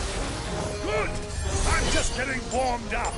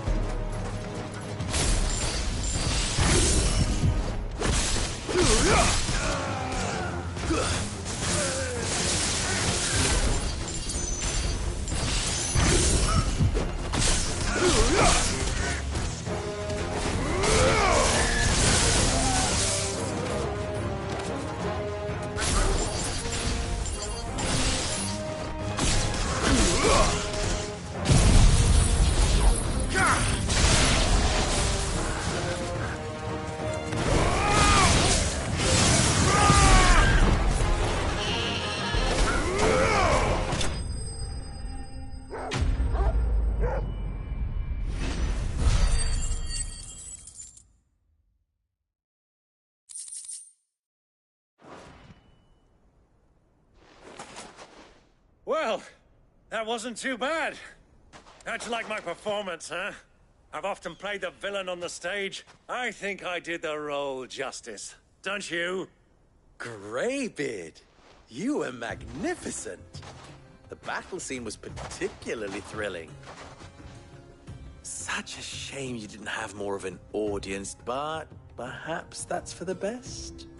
How long have you been watching? Long enough to witness your uncle's sordid transaction. I hardly expected one so venerable to degrade himself so thoroughly, buying one's way into the confidence of degenerates. Ingenious. This was the trouble you spoke of. The men of the Rock taking crystals meant for the common folk and conspiring with the Royalists. Well, now it's over. Indeed it is. The people of Dalamil had scarcely any means of redress against Kupka's men, let alone a foreign army. Until you two came along, that is.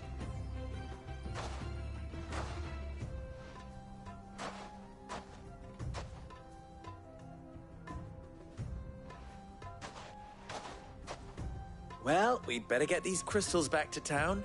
You won't mind waiting with them while I fetch a wagon.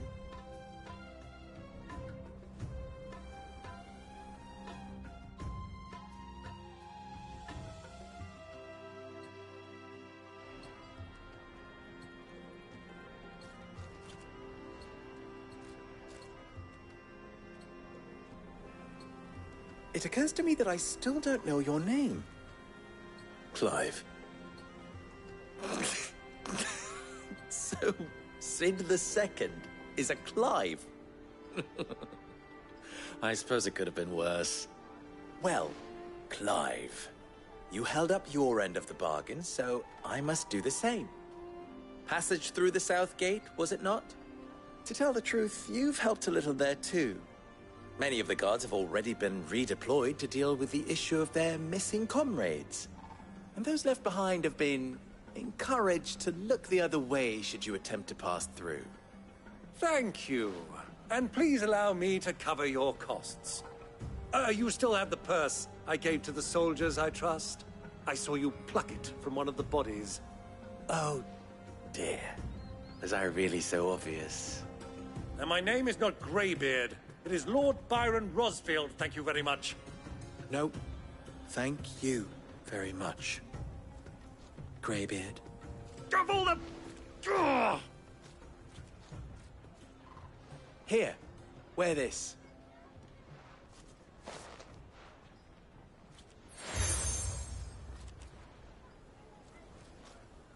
Any friend of mine who sees you with it shall be a friend of yours. Thank you, Lubor. And please, feel free to send one of my Stoluses back to your people. Tell them that Rosina Dalamil is back in bed with Sid.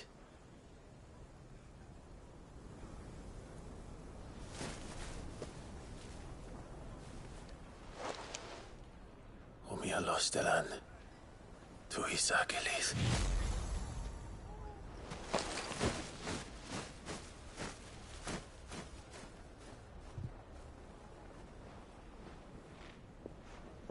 I'm trusting you, Sid. Or should I say, Clive. So be sure not to let me down. I have a reputation to uphold.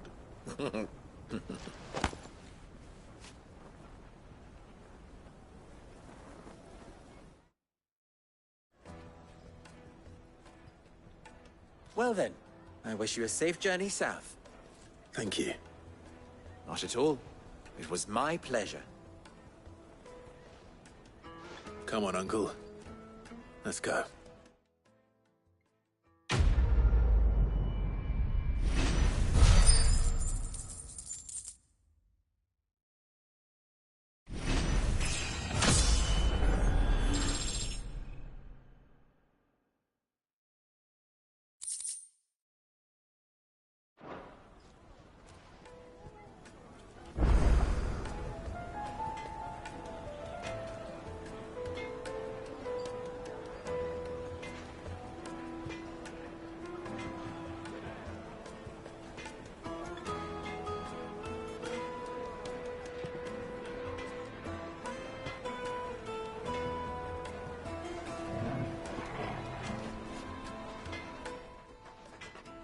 What is it now?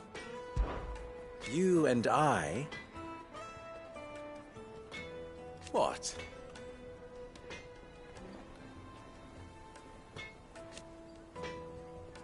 Alas. Still...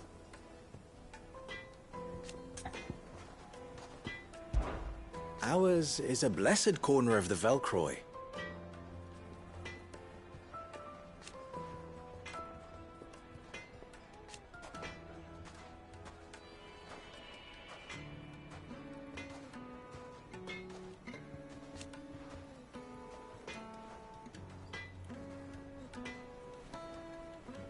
At least they did.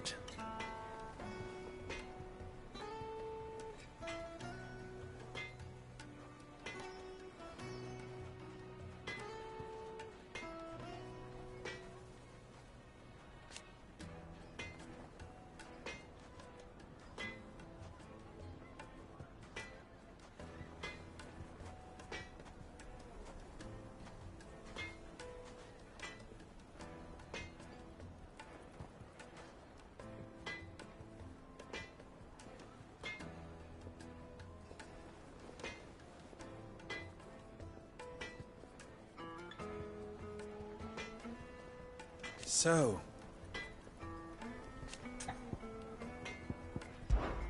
how very fitting.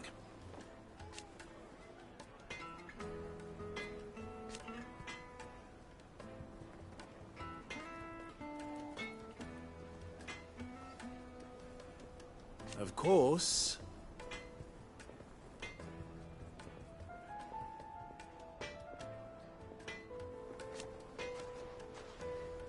there's simply no other way.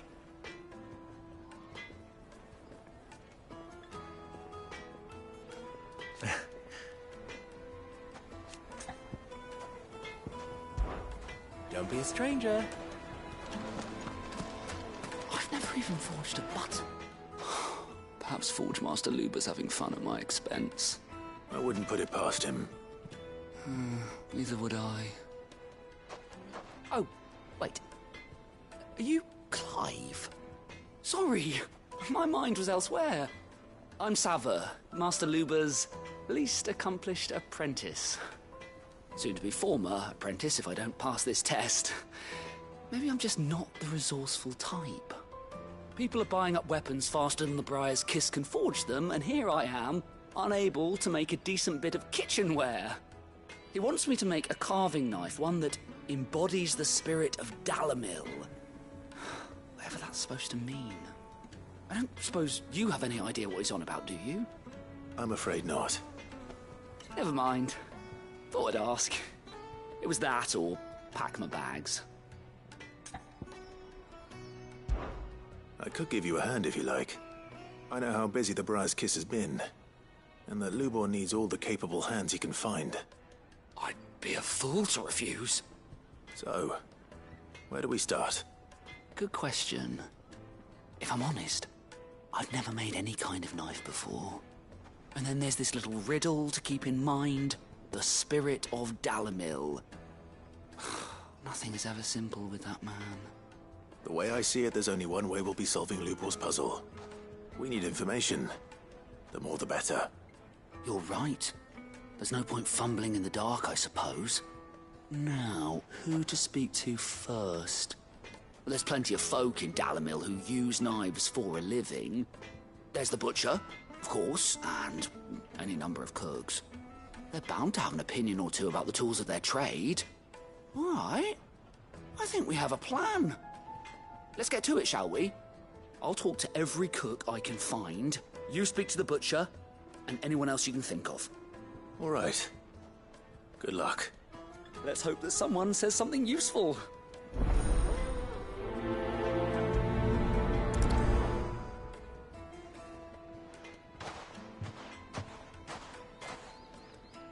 Trust Lubor to take a simple test and turn it into a riddle. I better get to it. The finest fabric! The most fragrant herbs and spices. Fresh from the breadth of... Welcome, sir. What can I do you for? A question, if you don't mind. I need to know what makes a good carving knife. You a blacksmith or something? Something, I suppose. Fair enough. Knives, is it? First and foremost, it's got to hold an edge. Most knives will make it through fat, no problem, but sinew dulls cheap steel in no time. Give me a blade which can slice through anything that crosses my chopping block, and I'm a happy woman. So a knife that stays sharp. Makes sense.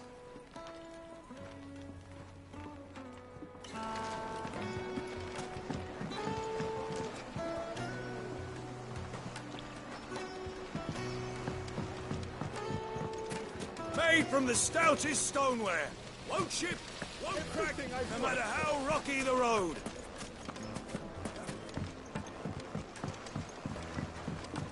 Fresh bread, warm from the oven. It would make us Carpets Is it true what I'm hearing? Castle Dascog. You too can live like a lord.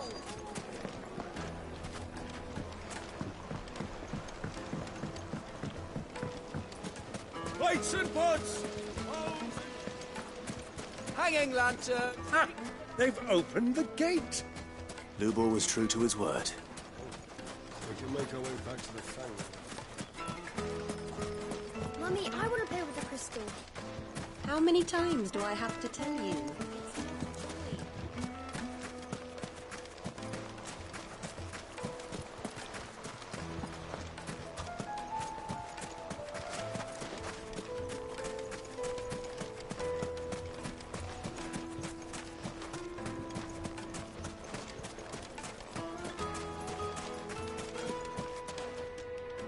What is it?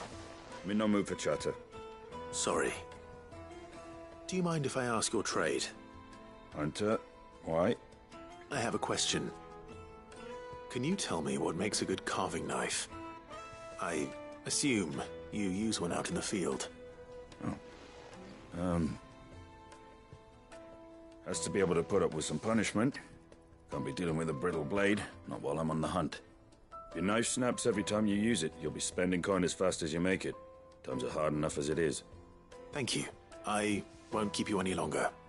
All business, eh? Man after my own heart. So, a carving knife should be hard-wearing and hold an edge. Hardly a revelation. Let's hope Sava had better luck than I did.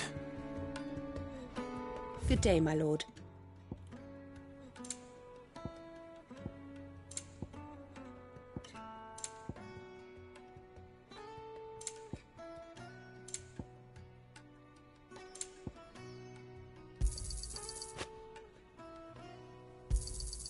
Here you are.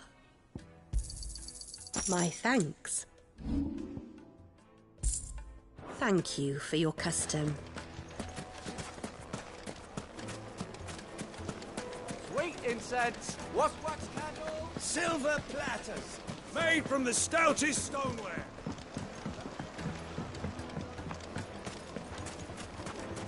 Yes, they're quite sweet.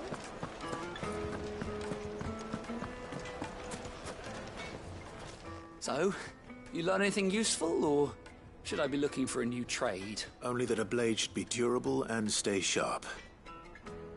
But I don't see how that relates to the spirit of Dalamil. I didn't have much luck either. All the cook said was that he needs his knives to be light. Too heavy and they do his shoulder in. So we're no better off than when we started. Perhaps Lubor didn't mean anything with his Dalamil remark.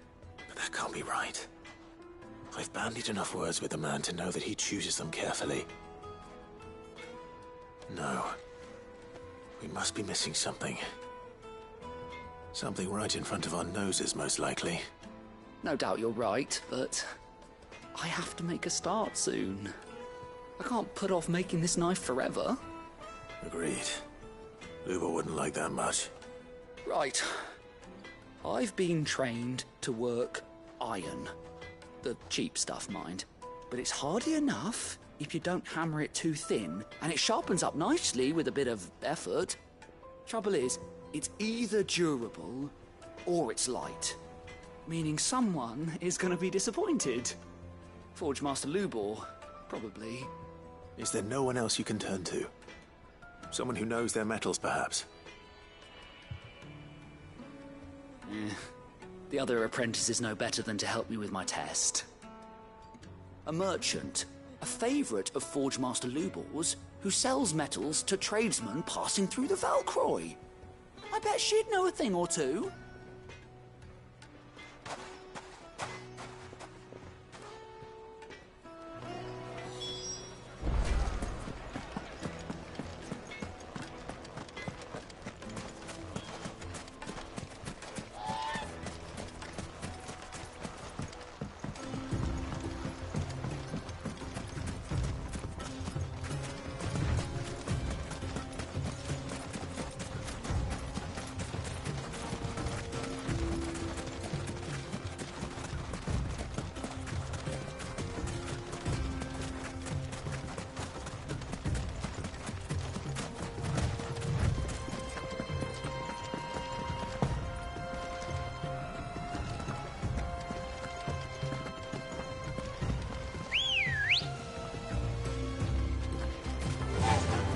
Run like the wind.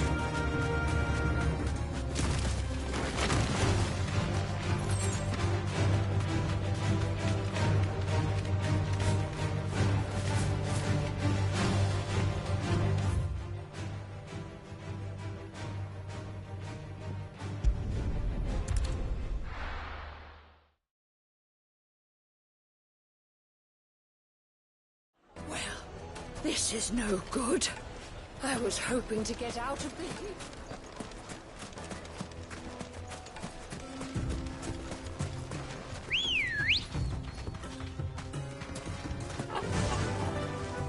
Run like the wind.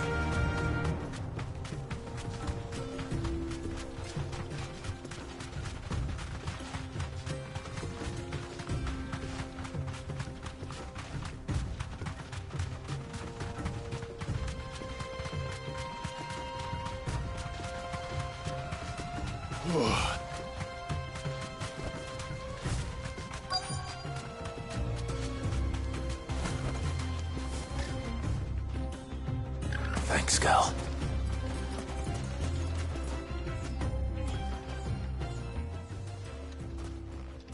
Any luck? Or will you be needing help with your bags? Well, I asked her, but... you tell him. If you're looking to make a knife that will impress a master like Lubor, there are options. They're just not that viable. Featherlight adamantite knives will get passed from generation to generation, never needing so much as a lick of the whetstone. But adamantite ore is unique to ash, so it doesn't come cheap. And it's beyond my skill to handle. Unique to ash. Are there any materials unique to Dalamil? Something which could be mixed with iron to refine it. Make it lighter. What are you getting at? You said that Lubor trained you to work iron. Then that's what he'll expect you to use. But he would have known that it would either be too heavy or too brittle for a carving knife. Perhaps his Dalamil remark wasn't a riddle, but a hint. If it's cheap metal you're using, then there's always limestone, I suppose. Folk first settled Dalamil to get at her mineral deposits. And, if you know the trick, it can be melted down in the furnace to drive out impurities from low-quality iron. Bloody hell! That must be it! I don't suppose you know the trick, do you? It's hardly my speciality, but I've been around enough blacksmiths to know how it works. Looks like I've got some learning to do. Clive, I hate to ask after all that you've done for me, but... The limestone? Fine. I can hardly abandon you now. Besides, I want to know if this is the answer to Lubor's little riddle. I can't thank you enough, Clive. You'll have no trouble finding limestone over in the terraces. The place is bloody made of it. Then I suppose I'll meet you back at the forge. Right you are. I'll see you shortly. So, do you crush it up, or just throw it in the furnace?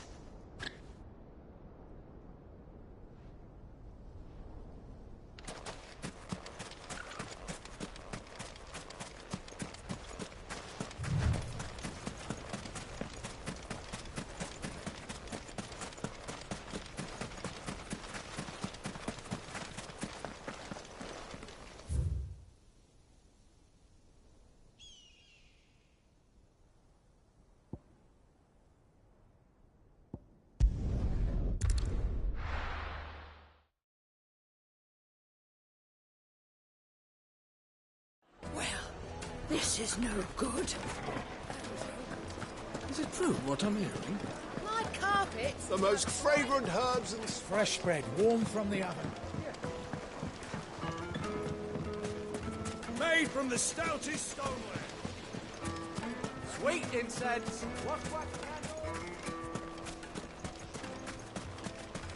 We should get going soon. Ah, I'm not too late. What is it, Lubor? A question that I neglected to ask earlier. Where is it that you're bound? To Drake's Fang. To finish Hugo Kupka. Just as I thought. Then allow me to share a secret. Drake's Fang is currently riddled with royalists. Talmeki and Waloed are allies, and as you've seen, their soldiers work hand in glove. But no nation has ever before allowed a foreign army to make a barracks of its holiest of holies. Not by choice, at least. And there's more. A man on the inside of the Fang has failed to report for several days. I fear there may be more trouble lying in wait for you on the road ahead. Isn't there always? If you're determined to beard the lion's den, then promise me one thing. That you will enter via the mines, where the guard is lightest. I've lost one Cid already. If I lose another, people will start to think me careless. I don't plan on dying. Not before Kupka does, anyway. Well, so long as you have a plan.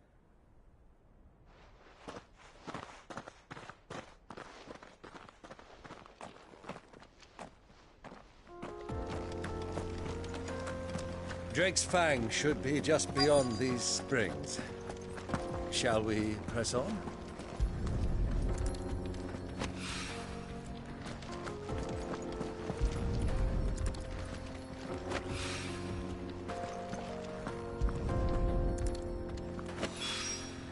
One rock looks a lot like another.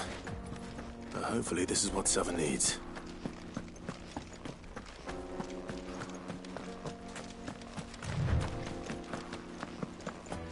We should get going soon. Do you have water? Finally, we'll be able to get water. Just look at the plates and pots. Needed to a Lightly and silken dark. softness. Yes, they're quite sweet.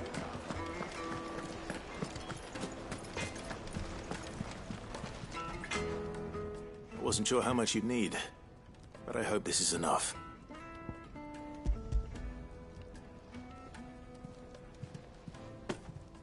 You are one of the good ones, you know that? You and that merchant both, she's got quite a gift for teaching that one. Now, time to see if limestone is the secret weapon we were hoping for.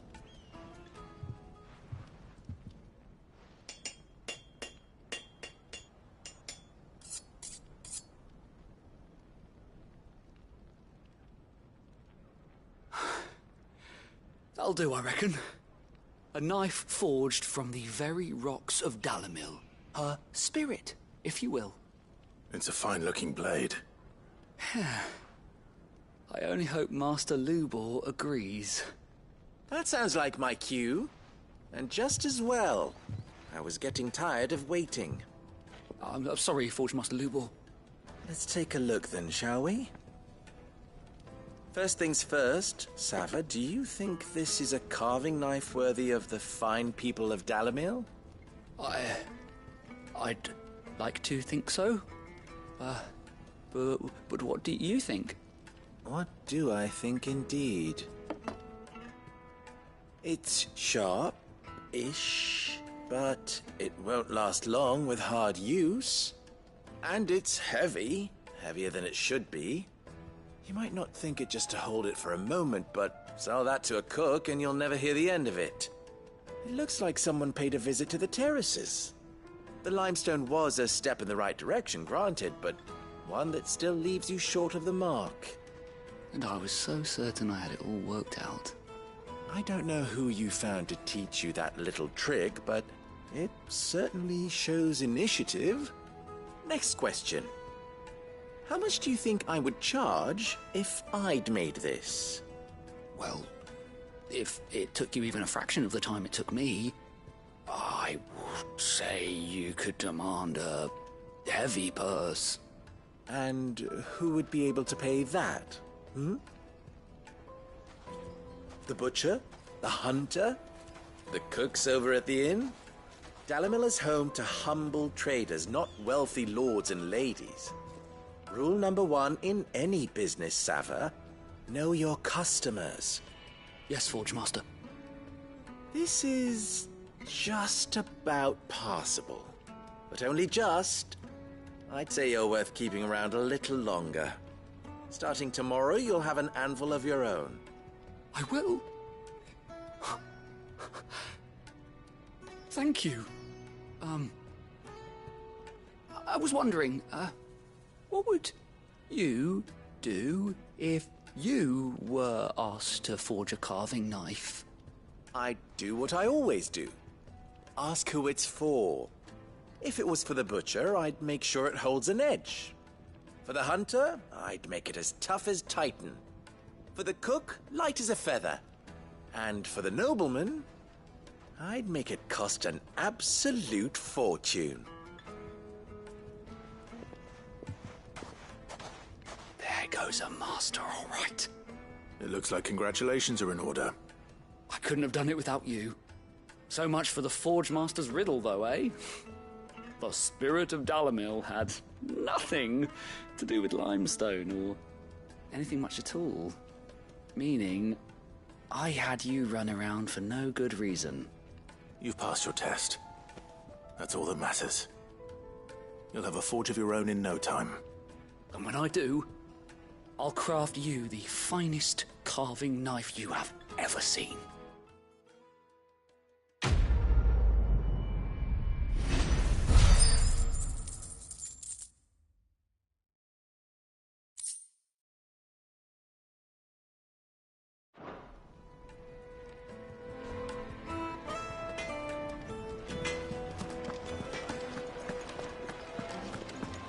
The finest fabric! Take a sniff, good sir.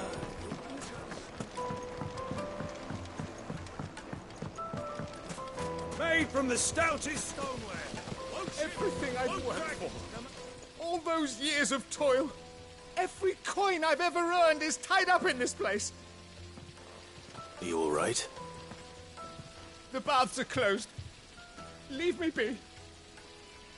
On second thought, perhaps you are just what I need. Might your services be for hire? That depends on the job.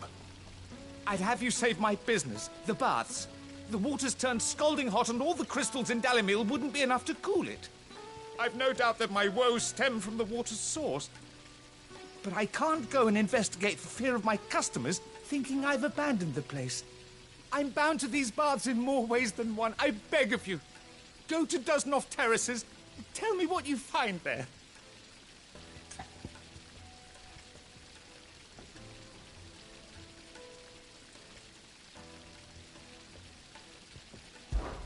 All right. I'll go and take a look. Wonderful. It's not far. Leave the market by the south gate. The smell of sulphur will guide you the rest of the way. These baths are all that keep me from an ignoble end in a debtor's prison. My livelihood, my very life, is at stake.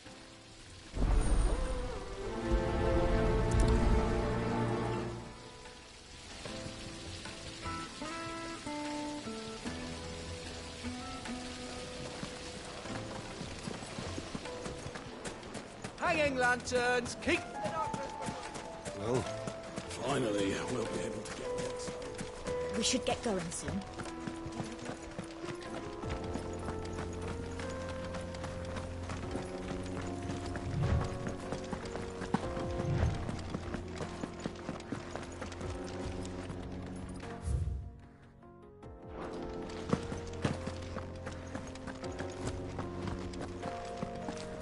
Come on, girl, the gate's open now.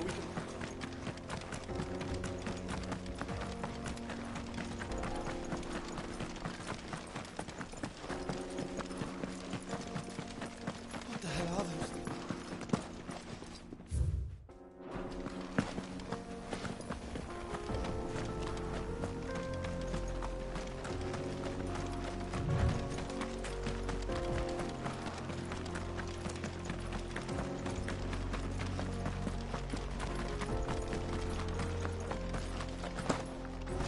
Something awful's taken up residence in the springs. You'll turn back if you know what's good for you.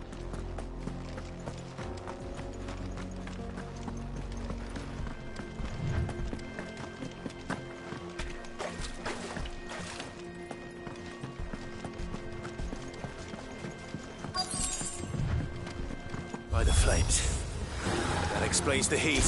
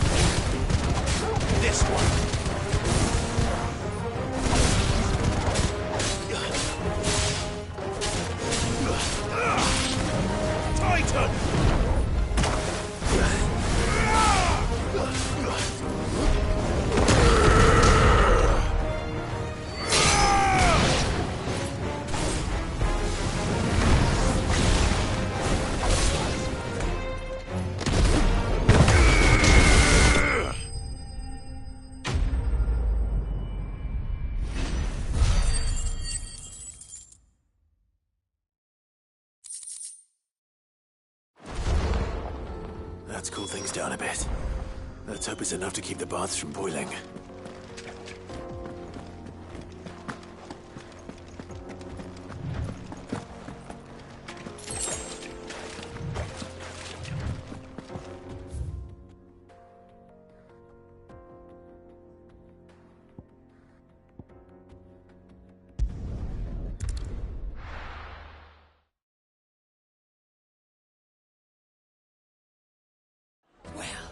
This is no good.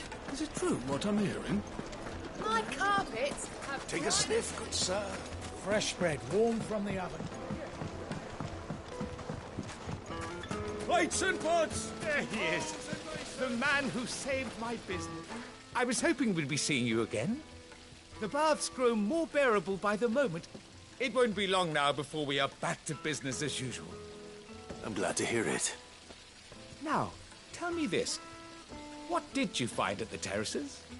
What threatened to make me a pauper? Not what I expected, that's for certain.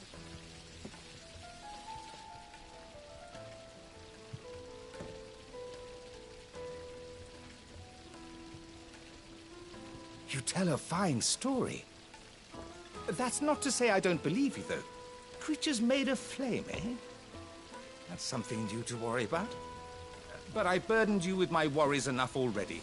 Here, a small something by way of thanks. Right. It's high time I got back to work. With a little luck, the day might yet be salvaged.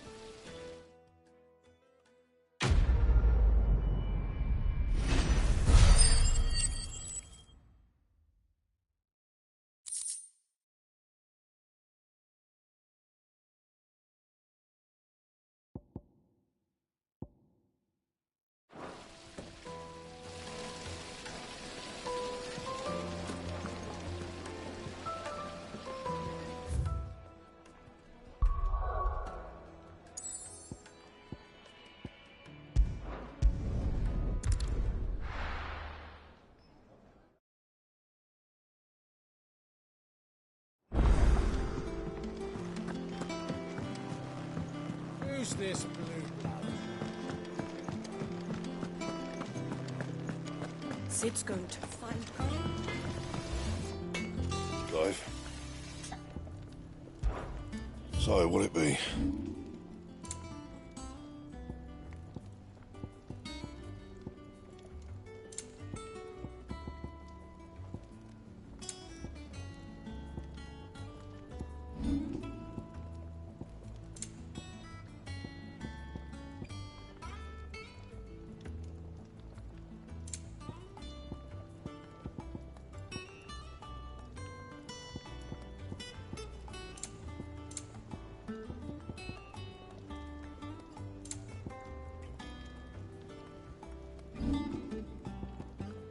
And?